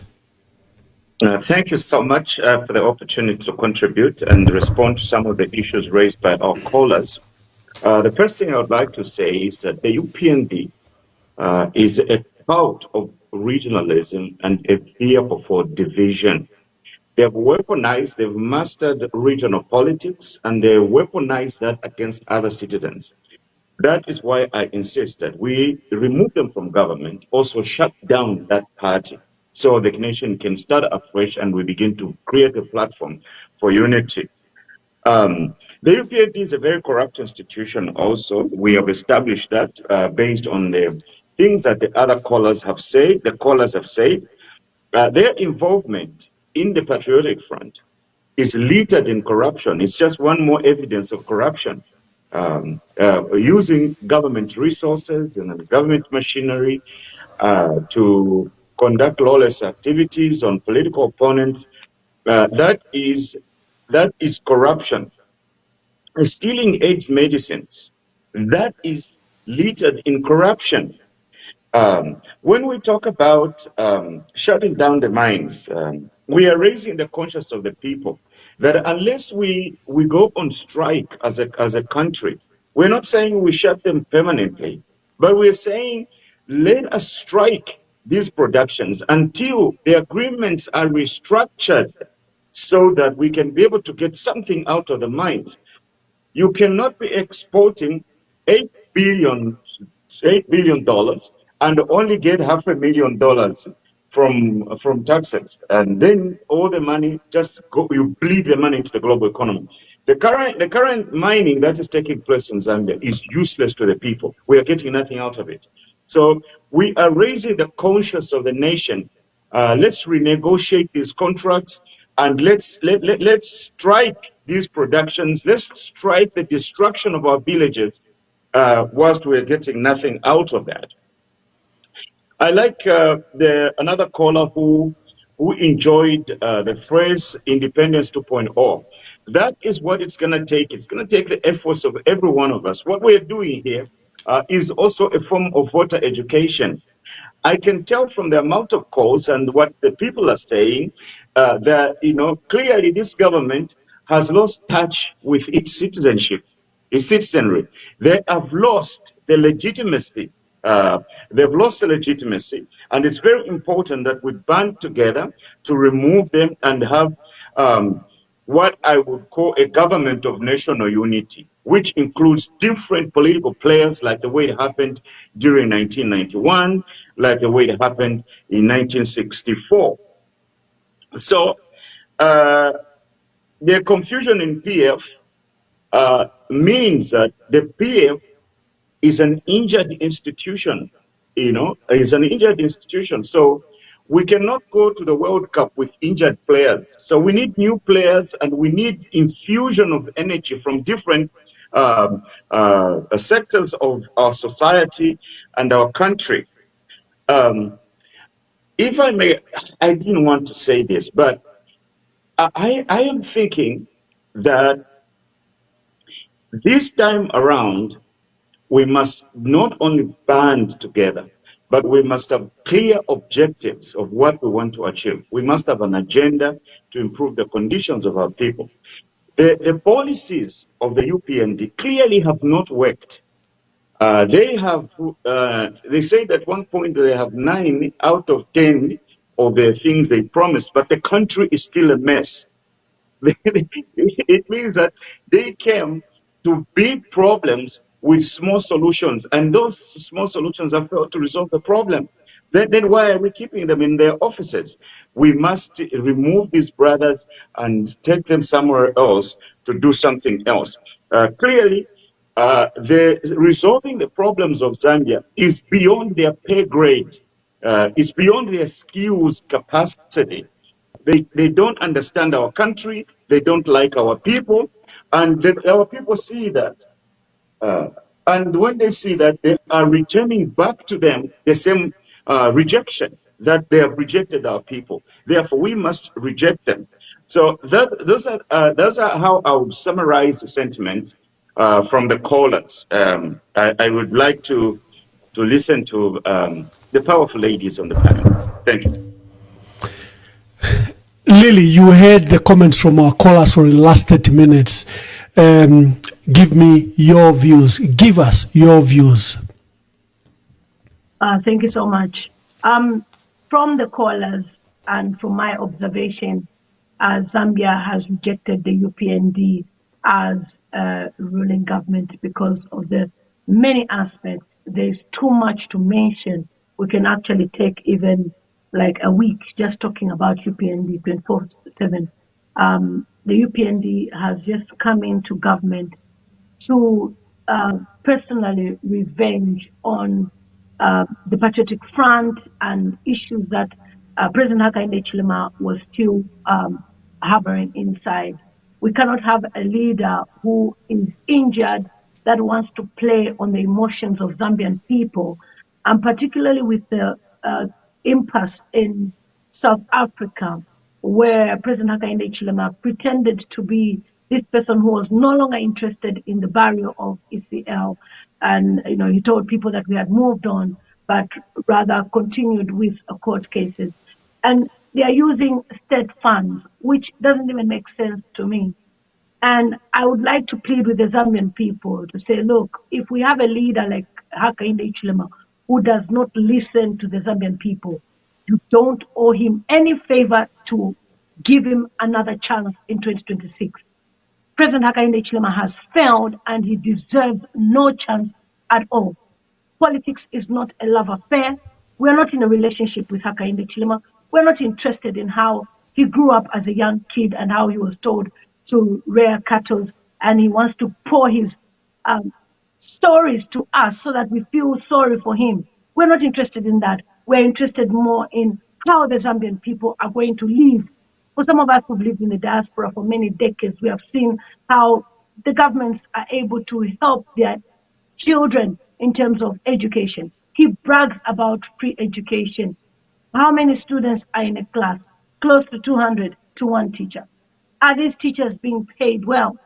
Are these students going to school with food in their stomachs? Their parents are struggling. There is no electricity in Zambia. How then do you brag about electricity being supplied to other places, particularly in Southern Province? They have 24 hours power, which just shows the type of leadership we have. HH wants to please the Southern Province region because that's where he comes from. But he's not interested in Lusaka and the Copper Belt, the major cities of business. And many businesses have shut down.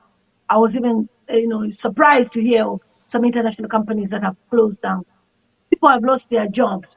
In fact, President Lungu even worked better than HH, even during the COVID time when things were so tough.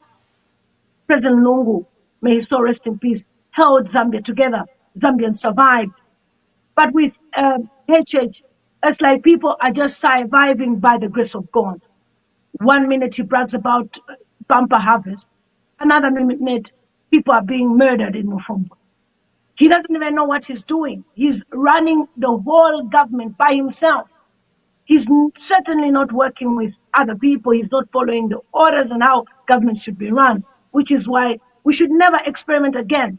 And it is my plea to the Zambian people that if we have to put anyone back in power or anyone next year in government, we have to look at experience. And we need a father figure, somebody that will unite the Zambian people, someone that will not come into power and start revenging.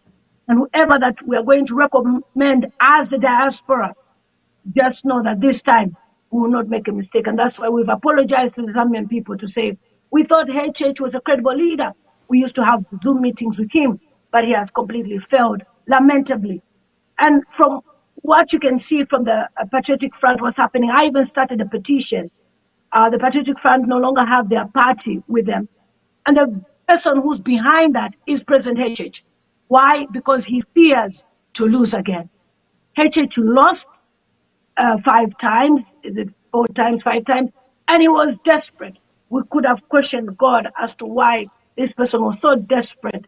But, again, we had no option. He was the only choice.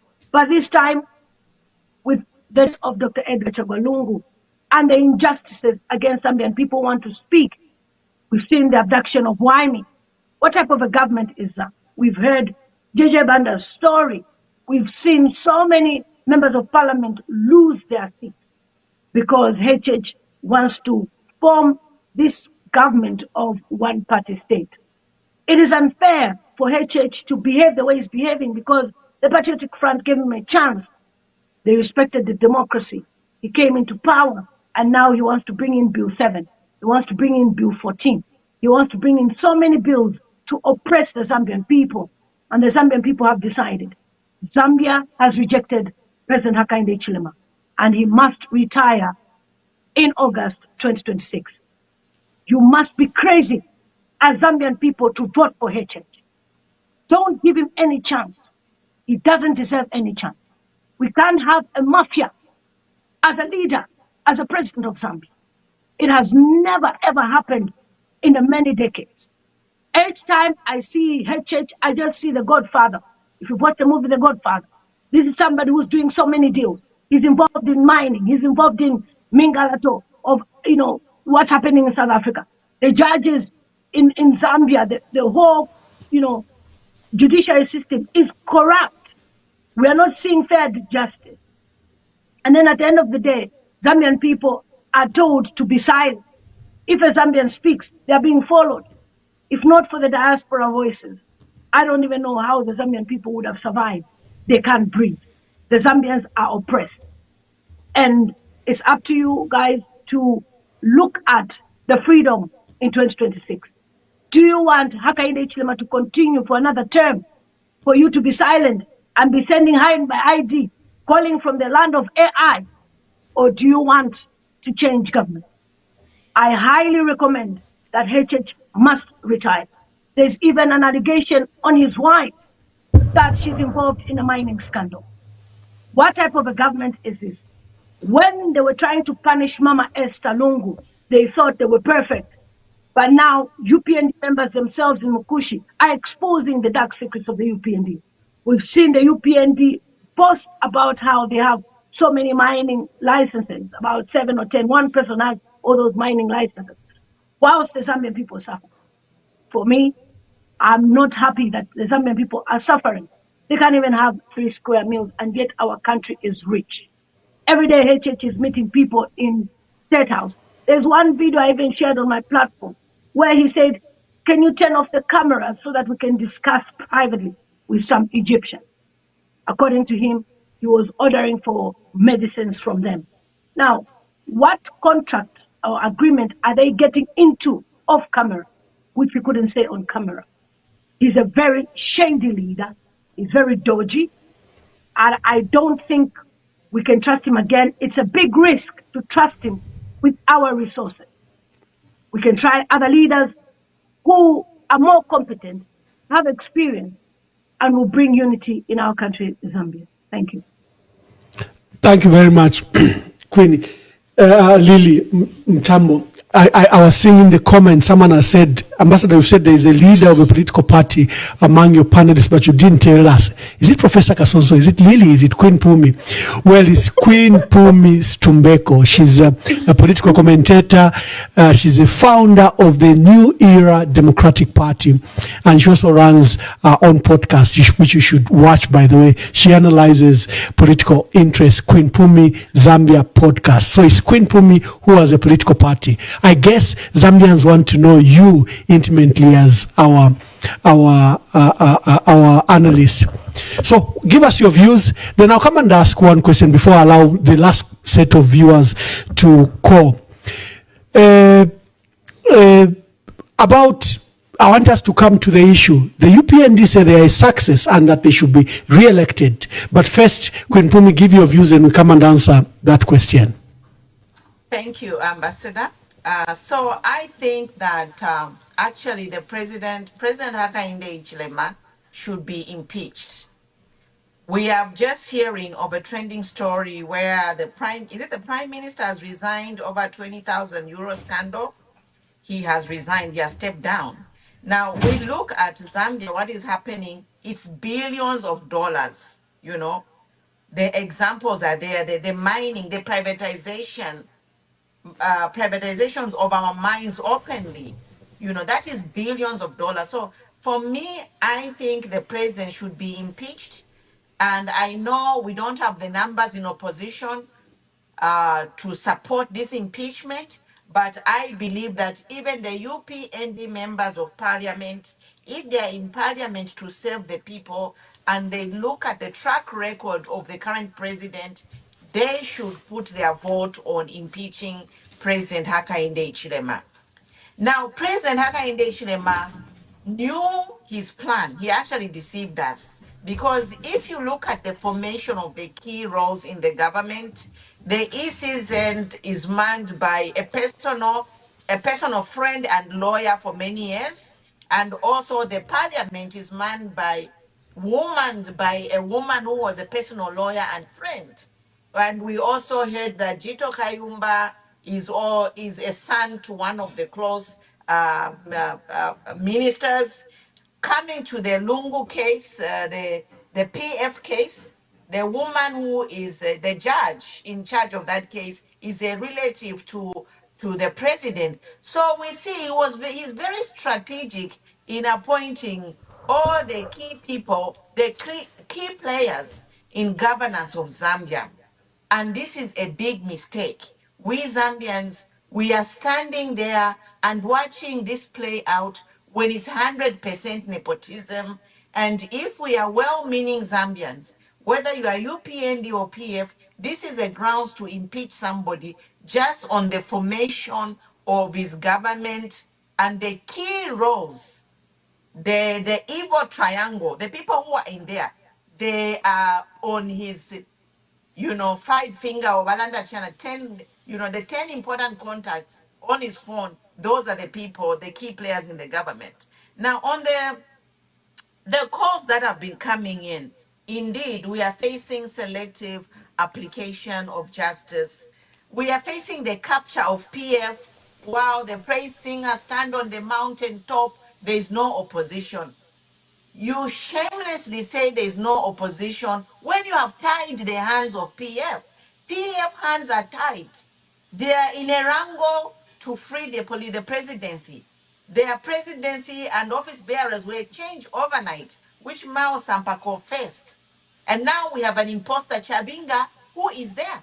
So on what grounds is the Chabinga standing as a president when Mao Sampa, who hijacked the party, has given it back? And the judge, who is a close relative to the president, won't sign it. There's a petition. So there you are. It's not that there is no competition. Competition is there. Their hands are tied. We come to the legalized crime. There is a special effort to legalize all the crime in Zambia. We have laws that are being passed to oppress Zambians. Yes, sorry. There are laws being passed to oppress Zambians, the cyber law. Bill 7 is on its way. Bill 14 also, So how can we say, how can we even think to vote such a government back? A government who's ruling by iron fist. A government who wants just to control everything. Zambia is their kingdom, and all Zambians are nothing. They have to oblige or be quashed. We say no to such a government. It is privatization reloaded. It is stealing of our resources, like Professor Kasonso said, close the mines indeed.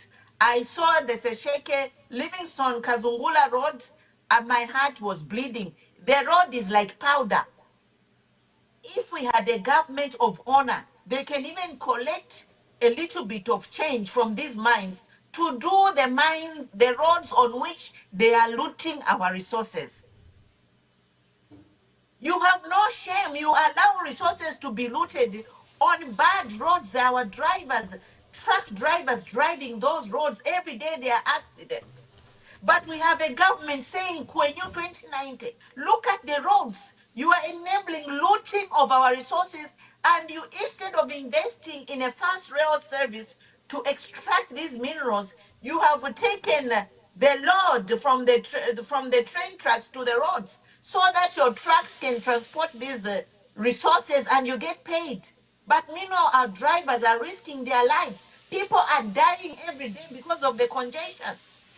You need to institute a commission of inquiry into the deaths on the road.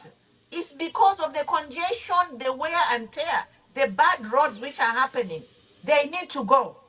We saw UNZA students litter the state house. I'm like, what caliber of UNZA students can litter a state house? Then I thought, because I see people, young youths, my sons and daughter who commit suicide because they got 6 points and they were not given a bursaries. So guess who is at UNZA? It's their friends and family. People who didn't even get 6 points are at UNZA, getting free bursaries. Our real intellectuals are in the villages selling tomatoes or charcoal with their families. That's why we had that at Yunza. That is the explanation. And my heart was like, oh my God. Even Yunza is just a facade. It's a circus over there. The real intellectuals with the brains, they cannot get a bursary. They are suffering in their villages. Because in my time, Yunza, checks and balances started from Yunza and colleges. So Yunza, a big disappointment. The funeral of VCL, we have heard that their talks are starting. If the talks are genuine, withdraw all those court cases there. Start on a level playing field. Otherwise, if the court case is still there, if they're still having the same demands they had before, then use your microscope lens, the Lungu family. Do not trust these people. And if you agree something, make sure you write it down and sign and agree what has been agreed with witnesses. And if they breach that agreement that you will make, if you do that, there must be consequences for them breaching. We saw what happened to the other agreement which was breached. There is grand corruption, and like my Honorable Lydian said, Bahakainde is controlling everything. It's like a puppeteering. He's holding a puppet with strings and pulling everything. He's controlling everything. Everything is controlled from Bahakainde's hand. This is not the Zambia we want. They came to amass wealth. They came to take Zambia back to the colonialists through neo-colonialism. And that's why we need independence 2.0. Independence where we are going to be free, financially, democratically, even spiritually. We are seeing Freemasons events in the country, in a Christian nation. We say no to that.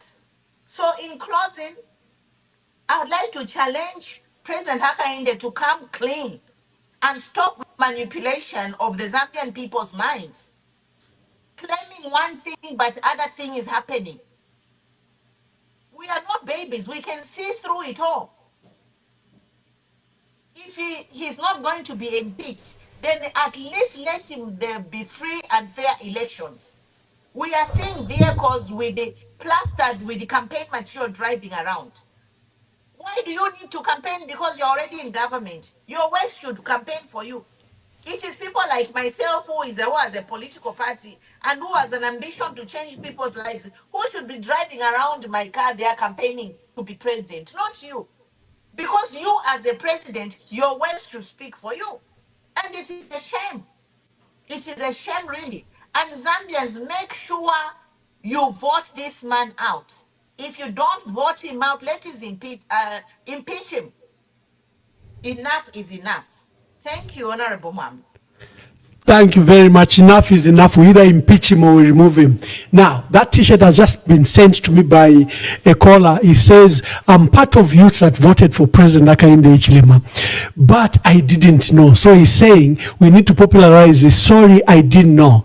Because he says, of what I know in the last 4 years, I wouldn't have voted for President Hakainde Hichilema. And Queen Pumi said about a resignation in UK. There is a deputy prime minister who has resigned. Her name is Angela Rayner. She was deputy prime minister and she was also in charge of housing. She was a housing secretary. There was a tax error of about £20,000 on the purchase of a house in her returns, meaning the purchase was underestimated by £20,000. And when this became clear, the prime minister, Keir Starmer, has fired her. She resigned, sorry, but he has now even replaced her with David Lammy. This is how high, like Queen Pumi was saying, the standards are. We are talking of billions in Zambia. Sujilite trucks worth $750 million. Just go. Nadia Shidadi Talala, Padi Talala, Noko ya Sujilite, you're worth $750 million. Tatua Ishiva. We would rather queue up at the IMF for 4 years. We are waiting for $1.5 billion, but we would not collect $2.5 billion from Kansanshi mines. We will not know about the $750 million worth of Sujilite. Babantu Wakwalesa, let me bring you in as we begin to wind down. I'll take the last course, but let me bring you in. The UPND have their own narrative that they push through ZMBC and through their media, and President Hakainde Hichilema repeatedly repeats that they are such a success to our people. So it's like we are living in an alternative reality. You all are saying he should be impeached, he should be removed, he should go, he should resign. But on the other side, Hichilema says he has succeeded. He says he has restored investment to the mining sector. He says he has reopened the mines. He says he has brought peace. He says he has brought CDF to every constituency. He says he's such a good leader. Zambia is lucky that they should even, vote for him. Professor Kasonso, when you hear this, the so-called success of the UPND in government the last 4 years, what do you say? What do you think? Thank you so much. I would, I second most, not all the things that the other panelists have said so far. And it's an honor to appear with these powerful women here, sharing their passion and their dreams for our country. Yeah.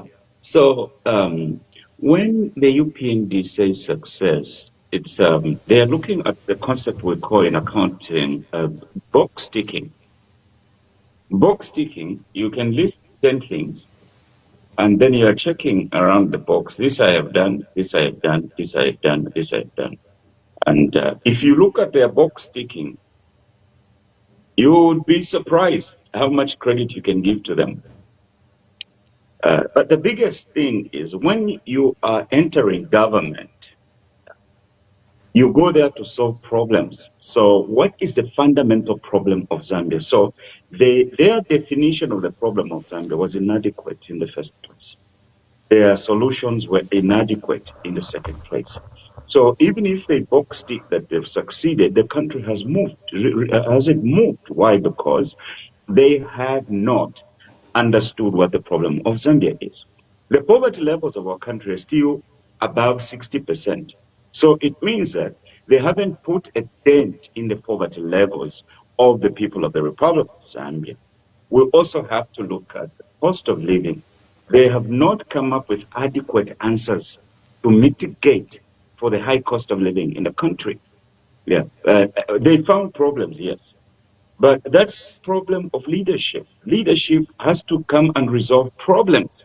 So they don't have the capacity to solve the problem of Zambia because they don't even define the problem. They are clueless. They don't even know what the problem of Zambia is. So kuti vakula kuoneka kwenyu vachongo kuvaipera kwenyu and all those kind of things, but they don't understand the country. They don't like the country in the first place, and they haven't adequately understood the breadth and the depth of the solutions that are required for our country. And so I interrupt there because you've repeatedly stated that like they don't understand the problem of our country. Our theme today is a state of the nation. Then what is a state of the nation if they don't understand they can provide a solution? What is a state of the nation in your view? I'll first of all imagine ichibanda nachikwata jombo ero nachinyanta pamukoshi wa mundu AUPND ba UPND ba HH n'abanyanta chombo pali throat ya bena Zambia tabakwete obuntu ngwa bena Zambia abena Zambia tabaleri ya bwino tabatse restructure economy but restructure debt but tabatse restructure economy. The Zambians are losing money to the global economy and the Zambians are not getting richer any richer. You know, we have one of the richest Zambians in the seat of the president, but nibamuyaweka nibakaitemwa. So when we look at the problem of Zambia, I have always defined it this way. The greatest problem in our country is to restructure the economy, to reorganize our financial base, and to reinvigorate wealth creation capacity at personal level, at firm level, and at national level, so that the people of Zambia can get more from what they are earning in the global economy. They haven't fixed that puzzle. Hello, Lusamushi, tutawapela na econometrics akalusamushi. Yes. So freedom is coming. Chombo ile mapamkoshi abantu next year. Twalabika po bambi na vena besheko. In fact, abaleapo tuleapo napo. Because nga mwabika po fyafine. It's like mwashe chalo mumaboko yabanangani. Ere mwala tamba. You ichalo chala indashan. So apete chala bapa takwa byokuleka apofe tatwabaleke era okwalaba okubafunyako. So that is the problem of the country, but I have defined it. I can even present a mathematical formula of the factors that need to change for us to present the country forward. We need people who have spent time thinking about the problems of the people and how to resolve them. The people we have in our government today, they were thinking about how they can sit at the top so that they can benefit themselves. And that's what they're doing. Of course, the investments are there, but look at it this way, Bamamba. There are two instruments that you can use to finance economic activity. You can either use debt instruments or you can use equity instruments. Now, The equity instruments, if you are using foreign direct investments or you are borrowing from abroad, it's one and the same thing.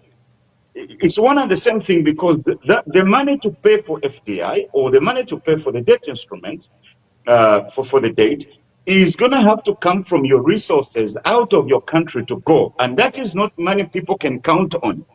So if you're quite you fortune of the investors in international, that world doesn't operate. How are those investments structured? And it's like well, take a chalo. Textbooks economics. I have out of print. So tabishi betu ya kuchita, we are operating in the dark. And Zambia, we can do better. We can do better. Thank you. Indeed, we can do better. Lillian, when you hear that this government has succeeded, CDF, Kwenyu, this Kwenyu, what is your view? You supported the UPND, but you recently resigned. Why did you resign if there are so many Kwenyus? Thank you so much, Ambassador. I don't think there are so many Kwenyus because I wasn't really active in politics because I decided to focus on other things. But for the past 4 years, I've been receiving a lot of complaints from UPND members who don't even understand about CDF. They are told to make applications, and then when they apply, they are told they didn't qualify or they didn't succeed. But in more recent months, the UPND is desperate. They're asking people to go and register if you have any form of disability or illness. If you're HIV positive, if you have diabetes, if you have any illness, they'll be giving people 1,500 kwacha because they have so much money, which they were supposed to give the Zambian people, to do projects like when Mpumi was saying, with the roads, with the Sesheke, which has never even been done. I don't think there's any news to even look at. And for me, I look at President Hakainde Chilema as this guy. I can't even address him as president. I'm sorry. He doesn't even qualify to be addressed as a president because he has no qualities of a president. He's just got qualities of a godfather. And then he's got these little boys that surround him, like Jito Kayumba, who is a content creator. And all they do is use their social media platforms to advertise that this is what is happening whilst they loot our minerals privately, whilst they sign deals privately, whilst they fly to Dubai privately to do their businesses, whilst the Zambian people suffer. They're just showing Zambians the face value of this is what we are doing. We've brought in free education. But at the same time, can you really say that the quality of education is of great standards according to even the British standard? No. We've just heard of our deputy prime minister here in the UK resigning on moral grounds because she undervalued her property. Not because anyone fired her, but that's how it is. But then we have this government where HH is just ticking all the boxes. And by the way, Ambassador Emmanuel Mwamba, it was people like Dr. Kasonso who even wrote for President Hakainde Hichilema his manifesto. So how would he even know how to run the government? And that is why in 2026, there is no way the diaspora can be ushering leaders in office. And at the end of the day, we are sidelined like we don't know anything. And yet we are highly qualified. But Kasonso wrote the speech, the first speech of President Hakainde Hichilema. And look at him, he hasn't even been looked at. So, okay, how can we work together? They simply get, the position, and then they start looting our minerals and feeding their friends whilst the Zambians suffer. So this time, we're going to make sure we're part of government and we'll ensure that the Zambian people don't struggle, don't live in poverty, because the levels of poverty in Zambia are too much. And there's no way we can be living on 2,500 kwacha salary, and yet the state of living, somebody needs at least 12,000 kwacha to survive. So there is no Kwe news anywhere. It's just for show. It's for social media. I saw Tabu Karwana singing a song last night. Life is spiritual, as I always say. He was singing about Kaya. He doesn't know the future. And that So that video is actually prophetic. He doesn't know his future next year. He was wearing a Kwenyu hat at a concert, a public concert. This is a government official wearing a Kwenyu hat for who and drinking alcohol at the same time. I don't know whether it was alcohol or a drink. So the UPND have failed. That's why their government is so useless, is so casual, they are so unprofessional. Uh, we can't even mark them, rate them out of 10, like even like 8. What to me, I just rate them 1 out of 10. They have completely failed, lamentably. And when we look at the vice president, she's a female, she's a woman. We expect more from her. She just yaps in parliament. I don't understand what she's yapping about in parliament. She will yap about A, B, C, D. She will disrespect Dr. Edgar Lungu, call Dr. Edgar Lungu Chua, a ghost. I don't even understand, are UPND human beings or they're just people from another planet? Because in the Patriotic Front, we never saw people being insensitive like this. But we've seen the UPND being so insensitive about many matters. They don't even care about the poverty levels of Zambians. They'll tell them, go and apply for CDF Kwenyu. But is that Zambian going to get the CDF? No, they don't qualify. They can't even fill in forms. They can't even read and write. Probably they are not even from the region where they qualify to collect this CDF. He's really divided our nation, HH, and our country is not going to progress if we have such type of leadership.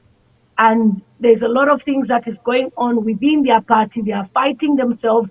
We are not interested in all that. We are interested in bringing out leadership that will unite the Zambian people, and every Zambian at least will have an egg, milk a day, than Zambians suffering eating soya pieces.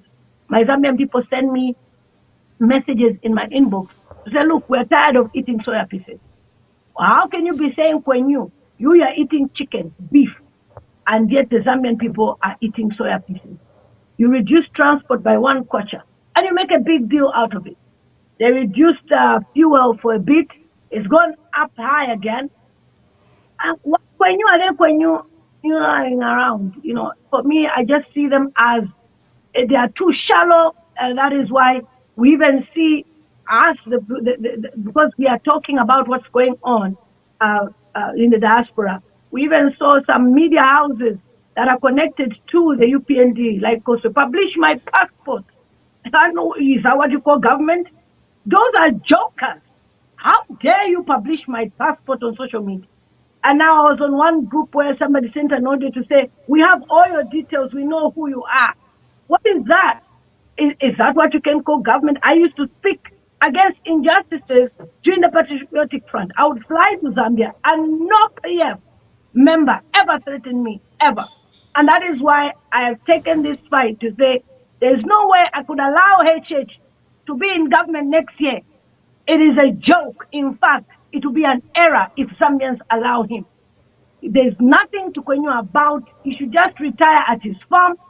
And if I've given the UPND government 10 months, the people who are part of UPND, you have 10 months to tidy up and eat. After 10 months, you are no longer going to be in power because we'll make sure that you're removed from office. Thank you. Wonderful, wonderful, Lily. Linda Banks from the UK, the international journalist, says, I'm watching with you. What a wonderful program. Diaspora United Against Bad Governance. Send my gratitude to Professor Kasonso, to Lily Mtambo, and to Queen Pumi. Queen Pumi, what are your views when you hear that the UPND has succeeded and they want to be re-elected? Ichilema wants a second term. Does it deserve it? What are your views? It's an insult to the Zambian people. That is an insult that any president has ever ruled could say to Zambians, considering Zambians, they have 5 hours, if they are lucky, 2 hours of electricity per day. That, just on those grounds, the quality of life of Zambians has been taken back to pre-independence, maybe to the Stone Age. Like, I was born and raised in Zambia. My parents were educated. I had running water. From the day I was born, you go to the tap, you turn on hot water. In the tub every day, we used to have hot water. And I'm in my 50s. So I was born a long time ago. So for these people who have brought to Kusamba Mutu Beseni to say they have quenun, what have you quenuned? At my primary school, I had a swimming class. I used to go swimming at Kuto Primary. These people have to go. They are insulting us. And they are insulting our intelligence. Some of us who have lived through to see the governance of UNIP and other better presidents. Right now, there is the UN has the initiative, the global initiative of the sustainable development goals, where we are supposed to eradicate hunger, poverty, housing, clean water. Where is Zambia at in implementing these 30 SDGs? I saw once, they are just good at it, cameras and posing. I saw once they were somewhere and they had all these nicely printed SDG 2030, but on the ground, nothing is happening. We have people living in mud houses still. In a sixth produce, the fourth largest producer of copper in the world. Our children walk to school without shoes. Our classrooms are crowded. Our mothers are giving birth in Mumpanga. Lebanga yabo kanamayo ifumonga yakalipisha kupapa Mumpanga. Mule kwenyuna. Where are the 156 ambulances? Where? You are a shame of a government. Considering Zambia is very rich, we are at the level of Norway or Dubai.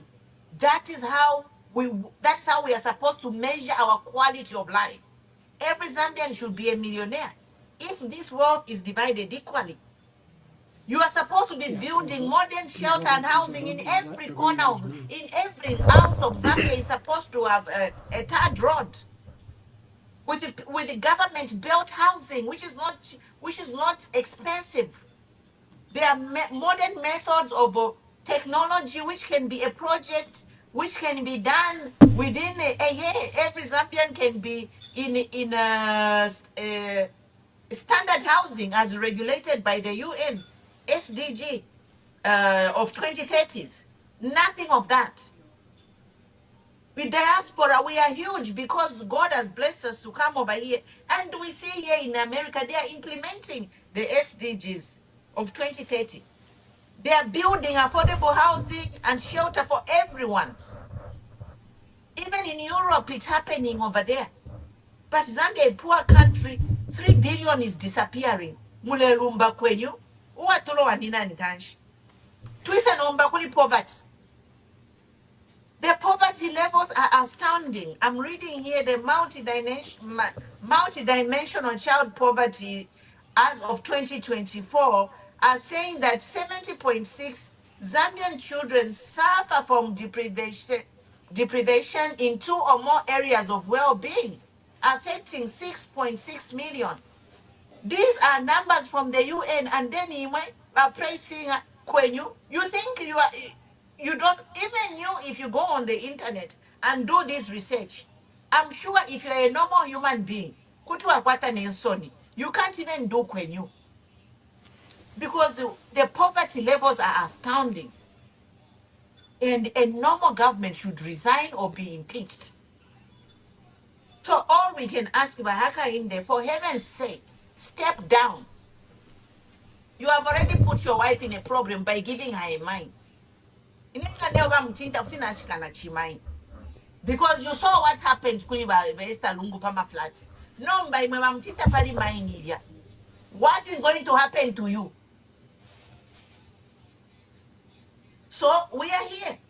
And lastly, I want to tell Chavinga. Chavinga was threatening us. Mama Diaspora. Chavinga, I am ready to meet you. I am ready to meet you in Lusaka. Tuka Kumane.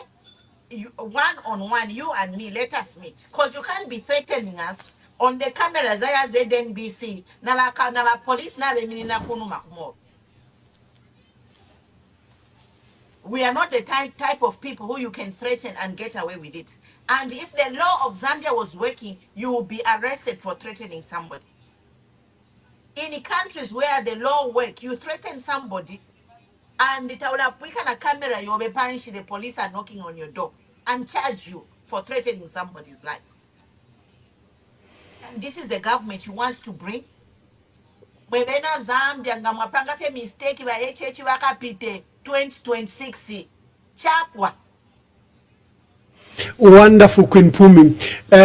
Thank you very much. We will be winding up. I'll be taking the last 5 calls, only 5 calls. I didn't even realize we've done almost 3 hours. It's been an interesting debate. You know, with the cyber laws in our country, I'm just looking at the number of calls already.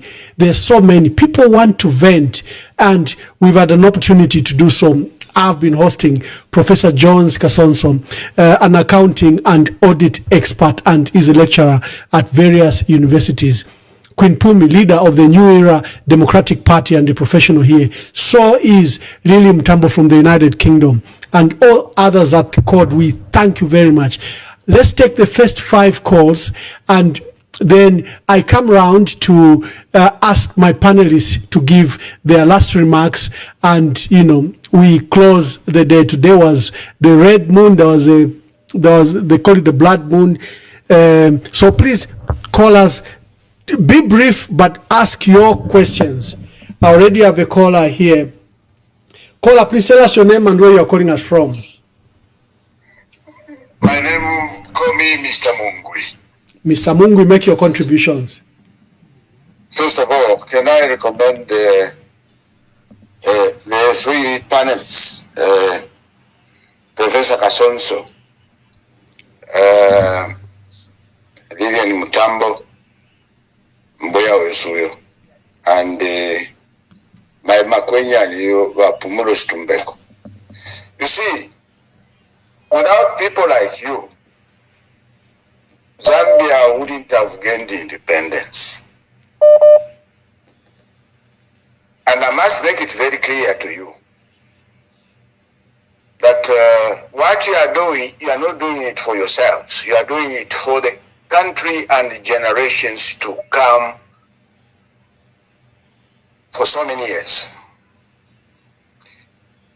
And one of the 4 points I want to make very clear on this program is that one of the things that UPND came to do was, one,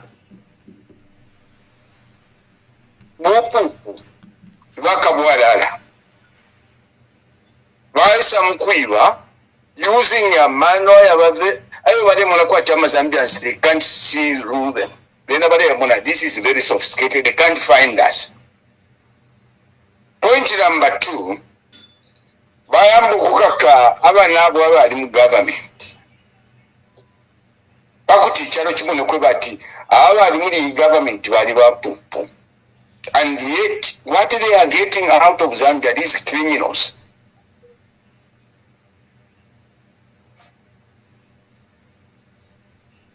Point number 3 is that we have a problem in Zambia.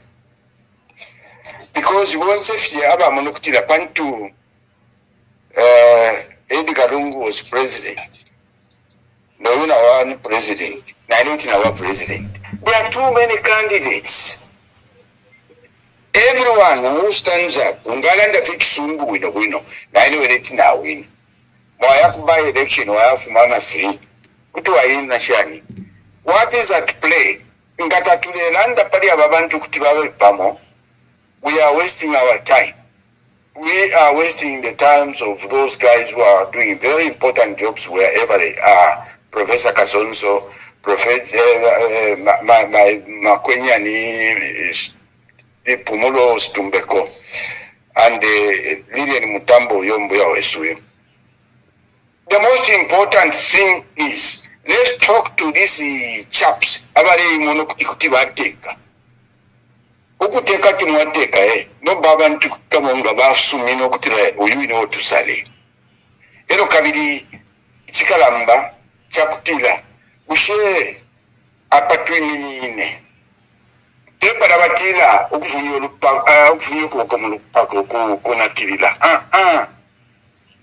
nga kyakoba kyatuyayituntumbande emirina yona wayituntumbande emirina n'abakikwete lati wa PF fide baleranda oyo nakachinda. You see, those things are useless. PF is actually a very, very damaged party. Okay? Ero baya panga tonse idea. Nga bati doko bajonse ama parties ya isa muno. Tukesa umfwana. Tukasalepo. Kama candidate. Yote adelanda ubuya shi Edgar Lungu. Ezo bati muna 1991. Okay? Ababuro okusala kiruba ushayina mu conference kujya ku motel kawunda ngali wina nomba abantu abengi bali Zambia nomba abengi fipuba ero kaidi abengi pali abene abasambira ibacha mwenso nangwalera alepera statement ale kutika kudo kuchikulia bale konkoshi. Don't waste time on idiots. Time to change Zambia is now. Time to change Zambia now. Thank you very much, caller. Thank you very much. Let me take another call. Yeah. Caller, please tell us your name and where you are calling us from. Good afternoon, good evening, Ambassador. My name is Robam, and good to see my colleagues there, Queen Pomi, Lillian, the Iron Lady, and of course our very own Professor, Dr. Kasonso. I think I don't think Kasonso will be very upset when I mention this to him. I don't know if he knows the situation with the Auditor General in Zambia at the moment. We don't actually, the one that we have is actually acting.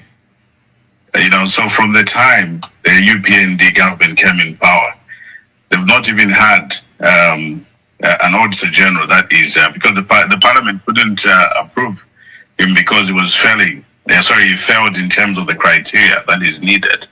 So that just shows you exactly that the President and UPND, they have no intention to fight corruption, because if you cannot even have someone as an Auditor General, which is a very key position if you're trying to fight corruption in the country, and you still have someone that's acting and you're in your fourth year, that is not a good sign. And the other thing that I wanted to contribute on that one, I think what Bakasonso said about closing the mines, in as much as it could give us a short shock in the economy, but it will give us good gains. And this is why it's very, very important to fight for this second independence, and so that the people of Zambia give us the mandate to start everything again. This is going to be like a referendum in terms of everything. So if we put it even in the manifesto, whichever party is going to be there, that the Zambians want to have a share of their minerals, they have to see these minerals doing something for them. Because copper, but then what is left is nothing. So I think closing those mines, if it's there in the manifesto and the Zambians vote for it, so that we stock take and we get that mandate from the Zambians, that would be a very good point for whoever is going to be in charge of that negotiation, because all you'll be saying is the people want this. So you have to come to the table and talk. We don't want to go very aggressive like in other countries where we chase them, but we just want to have a fair deal for our country. And closing those mines, that qualifies for a new independence. And thank you so much, everyone, and I've loved the show. I think you should go on for another hour. Thank you. Colleagues, I want you to go for another hour. Caller, please tell us your name and where you're calling us from. Anonymous, I'm calling from AI Land. Yes, Anonymous, make your contributions. Anyway, I just want to make a contribution on the aspect of the opposition. Which direction are they going to? They seem to be not organized in the sense that they have seen the things that are happening around, and it's more like it's quiet. We don't have a defensive party structure that can shake things up. So I just wanted to at least to pamper the opposition. They must put their house in order. At least they do something, because the status in which we are in is not good. Any meaningful Zambian is feeling the pinch, the pain, the stress, everything. Everything is just wrong. Everything is just wrong.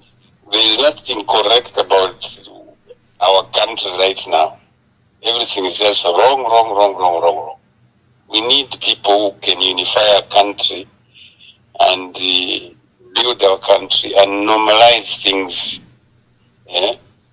so that we move at a very good trajectory, not this trajectory that we are hearing about, the Queens and all that, those things. Those things, they don't make sense. What I'm trying to say is that we need a united front for the opposition.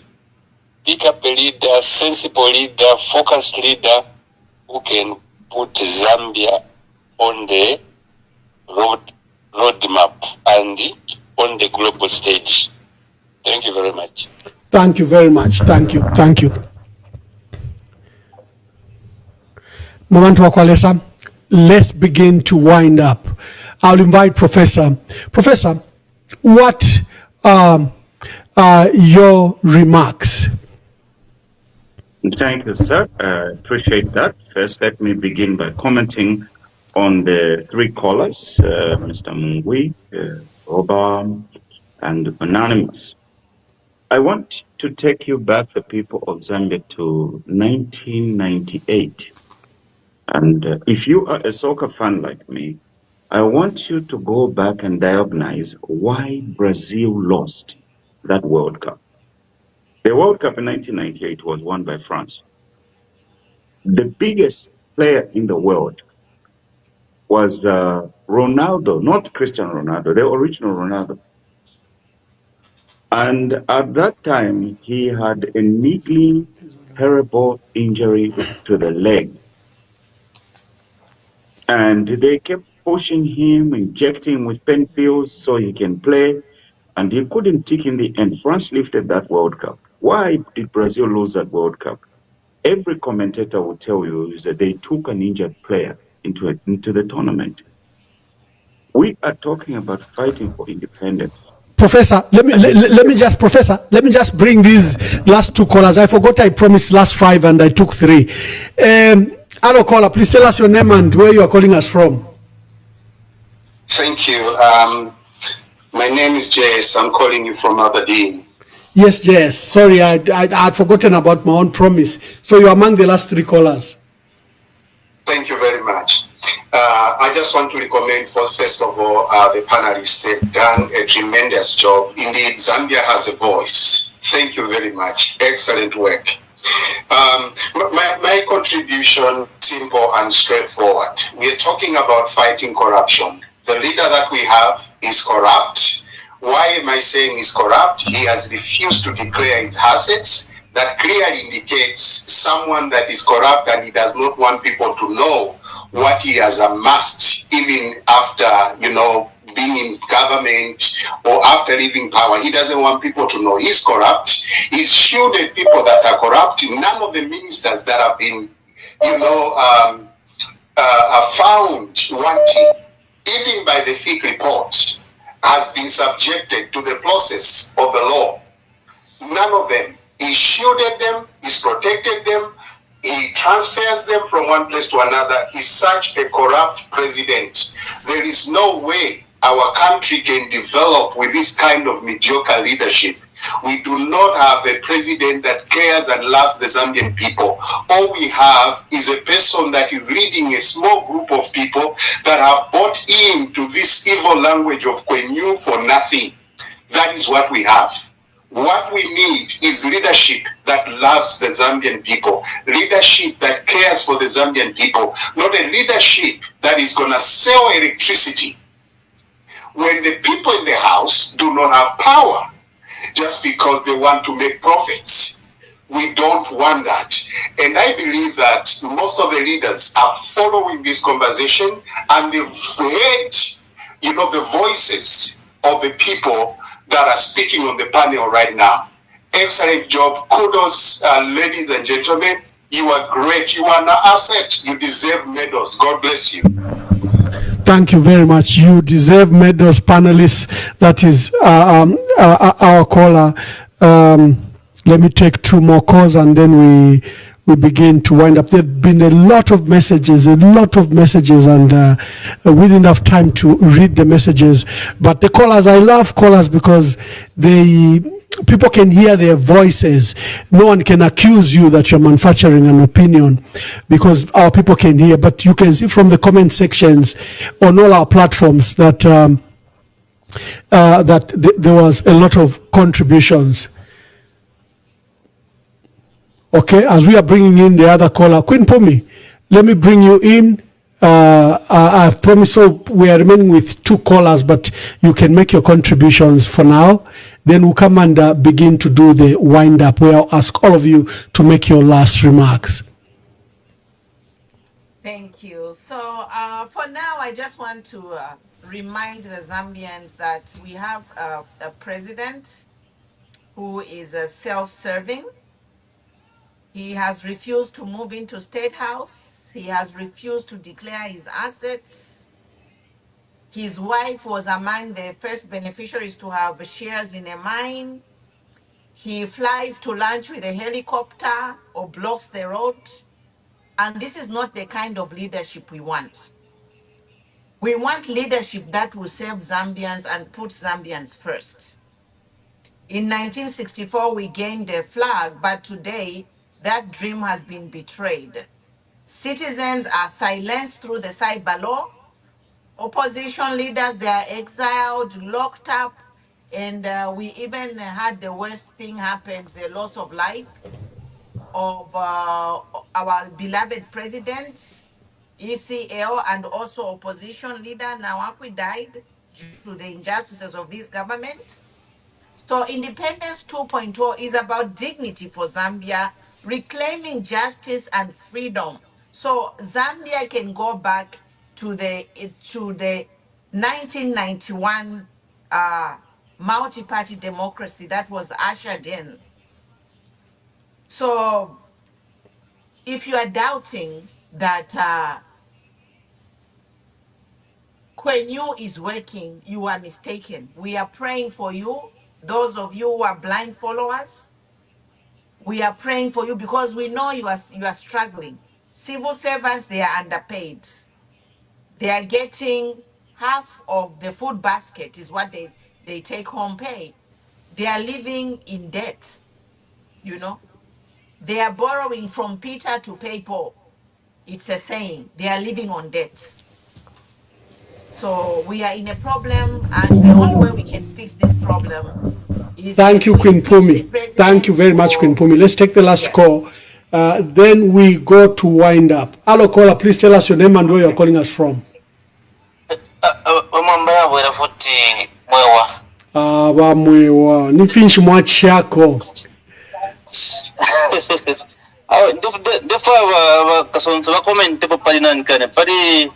Issue ya sign metozi. Okay. I think that's you. Yeah, you are attempted to ask that. Maybe before I forget. Comment by Professor Pari Sinometos, and then also Durumbako was to comment na pa withdraw of funding yaba America in terms of the all sectors. How are we going to be affected, and what mitigations can our people put in place, as well as the safety yabantu bakuna ndikanikureku those who are along the Kafue River, which was contaminated. Thank you. Okay. He has two questions for you. The U.S. government has not only withdrawn the over $500 million they give us a year. There was an earmarked $50 million due to the country, and it was withdrawn because of the corruption allegations in the distribution of medicine. That has been going on, and the American government, through the ambassador, said they had met with government officials 33 times, and nothing was done. Then the poisoning of Kafue River is being called one of the probably the worst environmental disaster in our mining sector in Zambia. Some are ranking it among the top 5 worst environmental disasters. But we seem to have a government that is looking at this like it's a trivial matter. And here is Mwewa from Livingstone, who once specifically beseeched you to answer those 2 questions. Professor. Natotala bamwewa, lesampali pafifienu. We have been complaining about corruption the whole night. And tonight, Zambia opobushku, ifukuno kasula nombana buchapa soto alambo no kuliyama pale. So the sign of metals thing also is a symbol of corruption. First of all, I don't think that what they've charged that company is adequate. The solutions that they've put up there are adequate, and the damage that has done to the environment. Mine kumishia bakaonde ni Sino Metals ni mining company. Number tulikumishia balamba. So that problem has not been sufficiently fixed. So we have to keep putting pressure on it so that the water can be cleaned. And if the water cannot be cleaned, of course, they are investors. If they do something wrong, we have to find a way to correct them because they are our partners. But most importantly, if they fail to mitigate for those type of solutions, then that company must be closed. The withdrawal of American support is very, very unfortunate. US Americans love Zambians. That's why even as we live and are able to work here. So if the problems of corruption has not been fixed at the Ministry of Health, then the government is to blame. And when we go to vote, they must pay for it, that for the withdrawal of that support. But the mitigation that we need, is temporarily to hold off if my mining activities funded by foreign direct investment alone, and them be given many years of just digging and digging and digging without the people benefiting from that. So the solution to the withdrawal of American support lies in the change of government, and also it lies in us increasing the amount of money we are getting from our own minerals. We have capacity to pay for what America pays for in Zambia. If we can reorganize and rearrange our mineral rights agreements. Jesse said leader is corrupt. I agree with him. So the challenge we are putting up to the president is the people of Zambia need to know that their president is not corrupt. His approach has made it very difficult even for Jesse, even for me. His approach to governing our country makes it very difficult for us to believe that our president is not corrupt. He has not declared his assets, as Queen Fumi said, and the other issues that Lillian mentioned about. Anonymous said that everything is just going wrong. We need leadership that can unify the country. That's the heartbeat of this contribution. That's why I have spent these 3 hours on my Sundays when I should be sleeping and sipping my Chardonnay. I am here contributing, trying to breathe life in the soul of our nation. Rubam actually refreshed my soul because he mentioned an area in which I'm qualified to comment on. The lack of the Auditor General. It shows the intention that the government does not have capacity to fight corruption. That's why we need a referendum. This election is not about anything. It's a referendum on the UPND, the regional political cult that we must close. But we were trying to pali independence, we were trying that the PF is damaged. That's why I brought in the example of an injured player who was taken to be the center stage of the World Cup in 1998 and Brazil lost. Now, let me wind up my remarks. First of all, I should mention Linda Banks. Linda Banks is a soldier with me, and we've come a long way, and I truly appreciate her remarks and the fact that she's watching. I think one day she should also come and appear here and make a contribution. Why must we change the government? Now, I'm giving my closing remarks. So why must we change your government? Briefly, I'll mention they will be short, but I'll give 5 points. Number one, the UPND has failed to resolve the problem of electricity in the country. And the failure does not have many fathers. It's an orphan. So we must take the UPND to the orphanage. Two, they talk about free education. I work in the education industry. Of course, I'm a consultant as well. But the purpose of education is to prepare the children for the future and the world in which they are going to live and work. The quality of the education that they are calling free education, it's free education as at 1970. The education system structure, both the curriculum and the tools, the internet and the computers that they are using, our children who are going to these free education systems don't use computers. They are not even have access to computers. How are they going to operate in the world of AI? So that free education is a stupid education because it does not prepare the children for the kind of future that they are going to work and live in. So that kwenyu is anakwenyu. Three, if the minerals of a village can't contribute to building their schools, their hospitals, and bridges, where is the money going to come from? And this is where I squeeze in my father's family and their villages. If we are not able to go and build the hospitals, build the schools, and build the bridges there, using the minerals of those same villages you're damaging, where is the money going to come from? From the IMF? And then four, the people of Zambia need to ask themselves a question. Is life better now than it was 4 years Professor, ago? I have a message here from Northwestern Province. They are watching, and they've heard that you are saying your closing remarks.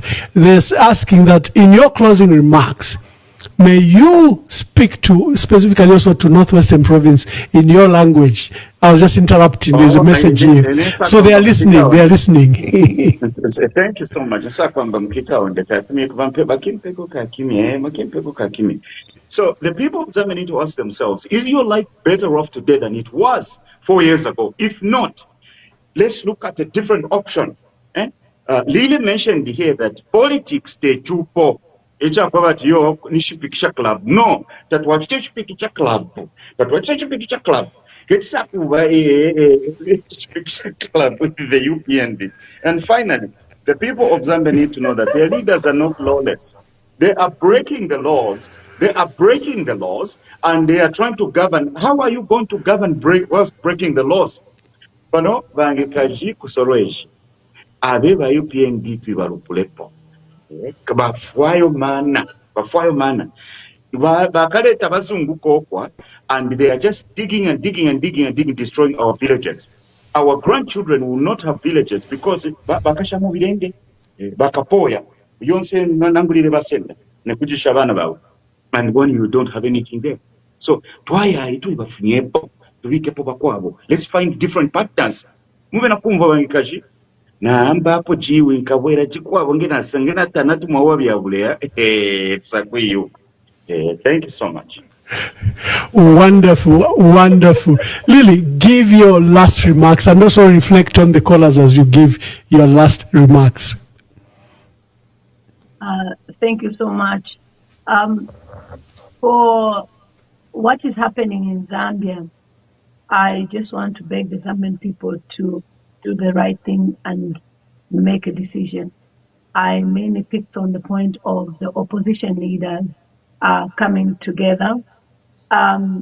There's been this assumption that there is no opposition because of what is happening with the Patriotic Front and how the UPND is arresting every opposition leader that they deem, fit to take over government next year. HH doesn't want any competition. I am begging the Zambian people to also voice out. You cannot be silenced forever. It's your time and season as well to speak out against any injustices.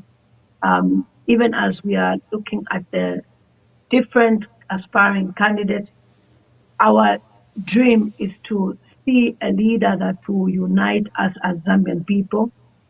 The opposition are coming together in unity. And at this particular time, we shouldn't look at this one is so, us having how much money, 20 years, 30 years. Those things don't matter at this moment. We just need a leader that will unite the Zambian people and that will bring change in our nation, Zambia. Like we've said, we are going to have independence 2.0. So how many years somebody has in order for them to stand as a presidential and in fights that may take place, which we may not even know because we're not part of any party, we need to drop those aside and just be united. So many people are banking on you, they're relying on you, opposition, and they're worried about leadership out there. Of course, it's too early to announce candidates before HH and his mafia group come up with a case like they've done so far on Binwang Pundu, Honorable Binwang Pundu of Ichabaiche, and Honorable Kasonde Mwenda, who is also a young person who is aspiring. But the question that I keep asking myself is, are the young people ready for leadership in 2026? Personally, I would want to see many young people starting off as councillors, mayors, then later on in 2031 progressing to the main seat. Why am I saying this? We cannot have a young person coming on board when the country is so damaged and destroyed by HH. HH and his group have brought in abduction, and it is a pathetic regime being in exile for the first time in many decades. And therefore, any leader that will come on board should be somebody that will be a father and a mother to the Zambian people, that will bring this unity and mend our hearts that are broken by the way HH is running this government. HH is so wicked. In fact, he's not ashamed of his wickedness. And that's why I always tell people that you must be crazy in your mind to vote for HH. Your finances should tell you you cannot have this type of person in government. Somebody that is making sure that all the opposition leaders is either they die or they are in prison. What is that? I've been in the UK for 21 years and all the former prime ministers are still there enjoying their lives, enjoying their retirement. Zambia right now has no former president. Why? Because President Hakainde Chilema and his wicked regime denied Dr. Edgar Chagalungu to go to the hospital. And at the end of the day, today they are battling with the family over the body, stating that he was a former president. In as much as we would want to give ECL a respectable burial, I don't think HH is ready to give ECL a dignified funeral, because he clearly keeps on making remarks about how the Patriotic Front took him to jail, he's been in prison, he of how so-and-so was killed, so-so-so was murdered. And then he also talks about how the PF or other people used juju to be where they thought they would be, and they won without juju. What type of a president is so petty like HH that even talks about issues of pregnancy at a memorial service of a respectful, dignified leader like Mwanawasa? He couldn't even respect Mwanawasa. What type of childishness is this? Are we doing under five politics? Are we there to babysit you, HH? We're not ready to babysit you. Please go and retire at your farm. You cannot be a leader. You cannot be a president. And HH thinks he's so smart that when he does something, he messes up in the public, or his team does something, he now goes to do something to show people that he's a good person, like giving a bus or visit 100,000 kwacha to Doramono Nyambe's school in Mukushi. And also inviting the young people to State House. What is that? What are you trying to prove? You're not popular on the grassroots. Nobody wants you. You can give those young people Fantas. They have no voice. And I'm disappointed with the UNZA students. It took even a young man from Nigeria, Abi Maris, to advocate for the Zambian people. Say, what is this? In Nigeria here, the young people are speaking and there's no tribal law. Instead of you denying going to that invitation to go and drink Fanta and eat chips and get paid 100 kwacha, you went and were even showing videos of how you've made it in life. To go to State House, you've made it in life. Then you are really limiting yourself, because the person that you're dining with doesn't even care about you. He's only caring about enjoying the wealth of Zambians with other people. And you are there doing Kwenyu. I've made it in life. So for me, there's so much I can speak about. And in summary, I'll just want to say that Hakainde Chilema is fail, failure, failure. If those words exist, he's in the bracket of failure. He's the definition of failure in the world. He should have even resigned on moral grounds. But in Africa, people don't. If he's decided not to resign, will help him to exit government next year in 2026. Thank you so much. Queen Pumi, you're our last speaker today. You've been a wonderful, wonderful panel, colleagues. Let's hear from Queen, and Queen Pumi, then I make my closing remarks. Thank you for the honor. Wonderful indeed. But we are here to talk about our country because we care. Myself personally, I helped usher this government into power, and I've had a burden ever since. That's why I have been in everybody's ears, almost like a being record. But we are not going to get tired until we leave Zambia in a place that it should be. We shouldn't even be here in the first place. We were deceived. We were betrayed. And the thing is, there are people who are downplaying all these atrocities that are happening. And I'm here to appeal to every one of you, those who are questioning wrong things, those who are supporting blind followers. I'm appealing you. It's going to take Zambians to improve our country. We cannot be having leaders flying to have vacation in Dubai or South Africa when ourselves were a paradise in the waiting. Zambia, we have all it takes. Our leaders can upgrade our country and we can be taking vacations in our own land. But we have people, blind followers, cheering looters of their resources while they suffer. My appeal to the president is like, you have refused to step down on moral grounds. You are on a quest to take over members of MPCs from your opposition. But I challenge you that at least let Zambians breathe. Let Zambians facilitate a free and fair election, like how our late president, Edgar Chagwa Lungu, gave to you.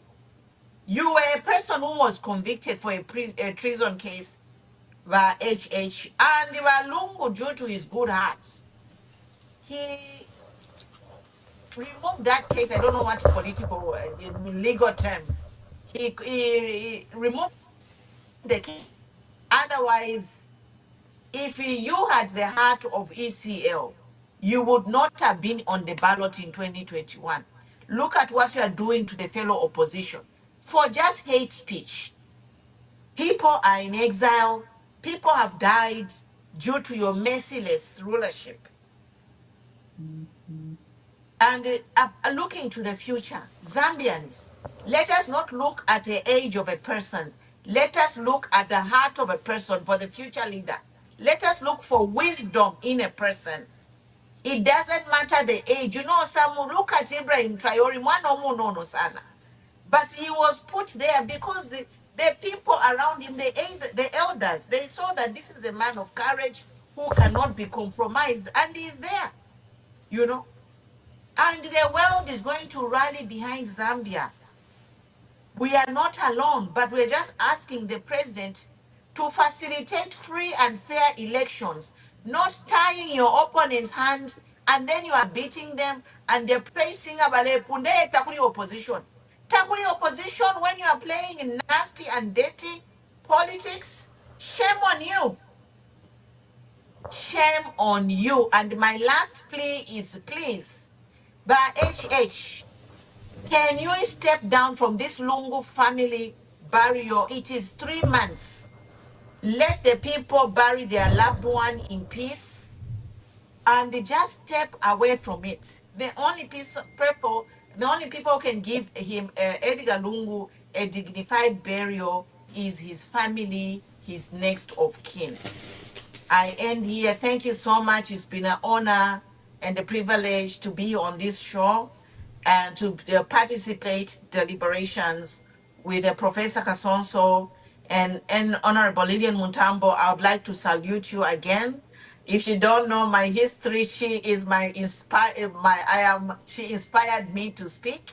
I used to watch Lillian Mutambo every day, and I'm like, I can do that too. So, you know, I am a product of Lillian Mutambo. So these But by podcasts the have way, an impact. she's Lord's, so she's looked at my glasses and she's salivating.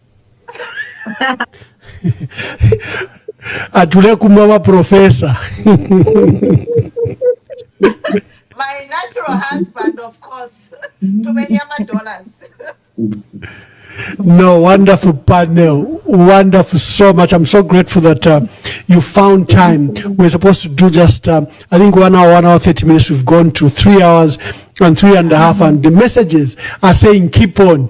Takuli kulala, no kulala, mwe bantu wakolesa, lekeni abantu batushe. I think all the points have been delivered to the issues that we had picked for review of the week. We had picked the issue of the remarks by the Speaker of the National Assembly, Nelly Butete Kashumba Muti. She had made some controversial remarks when she was in Muchinga Province, Kanchibia, and Shwangandu, where she said the chiefs are asking her that they need to see Bill 7 come back to Parliament.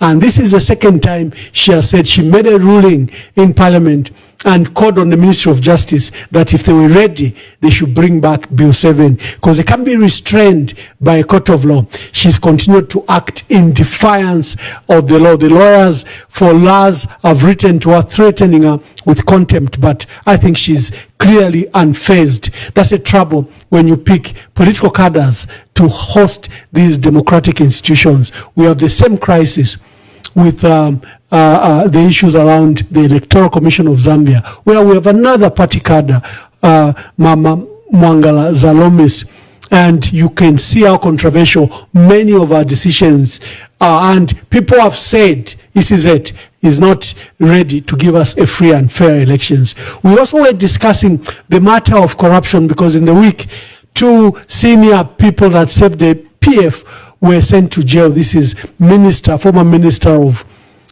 Foreign Affairs, Honorable Joseph Malanji, and former Secretary to the Treasury, Fredson Yamba. And we're discussing, is there a real fight against corruption? And that was our matter for the week. Look forward to another panel. Probably this same panel will come next week. We'll be sectioning Sunday for you and me to review the week. And to my panelists, I'm so sorry.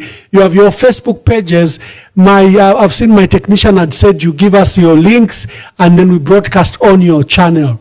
That's what we'll be doing. We've picked a very nice software that can do a proper mount SIM cards at the same time to your Facebook, YouTube, X or any other streaming platform that you are on. So next week when we come, if we're to come to review the week, we do the preparations so that your platforms, while we are here, do not suffer, and they carry your broadcast live. To our viewers and our callers, and the callers keep on, as you can see, my phone is still buzzing. So many people are calling. Thank you very much, but we had limited time, and I think the panelists were very gracious. They've stayed another hour and a half to ensure that we exhaustively dealt with the 2 items we had picked for the week. So God bless you. You can just say bye to your audience. God bless you and thank you very much. Professor, salute. Really salute. And Queen Pumi, salute. We see you next week. God bless you. Thank you very much. Thank you, everybody.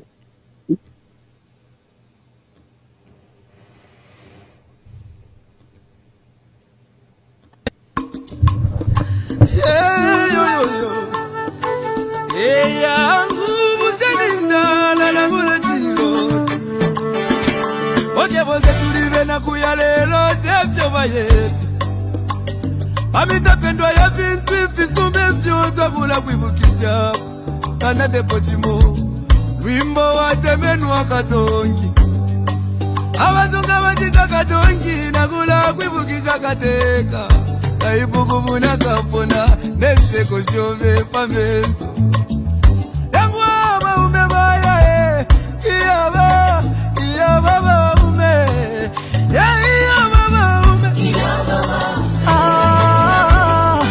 Kateka wabantu Twakulila Lelo twakulila Shika kukonke milimo shove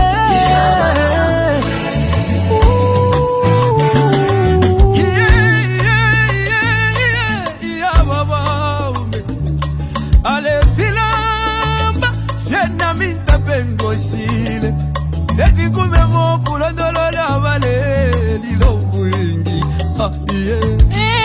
Iseko wengi mwakwete Iseko wengi mwakwete Mwaya Mwende wino tata wesu Katushi muchi mokege Wali bomba kale Kamba mwatuja tuleli lake Mupanga chiba Penda Mupanga mwine Oya mwine Ine dalila Yangu ya mama Ala nacho mwabye Mama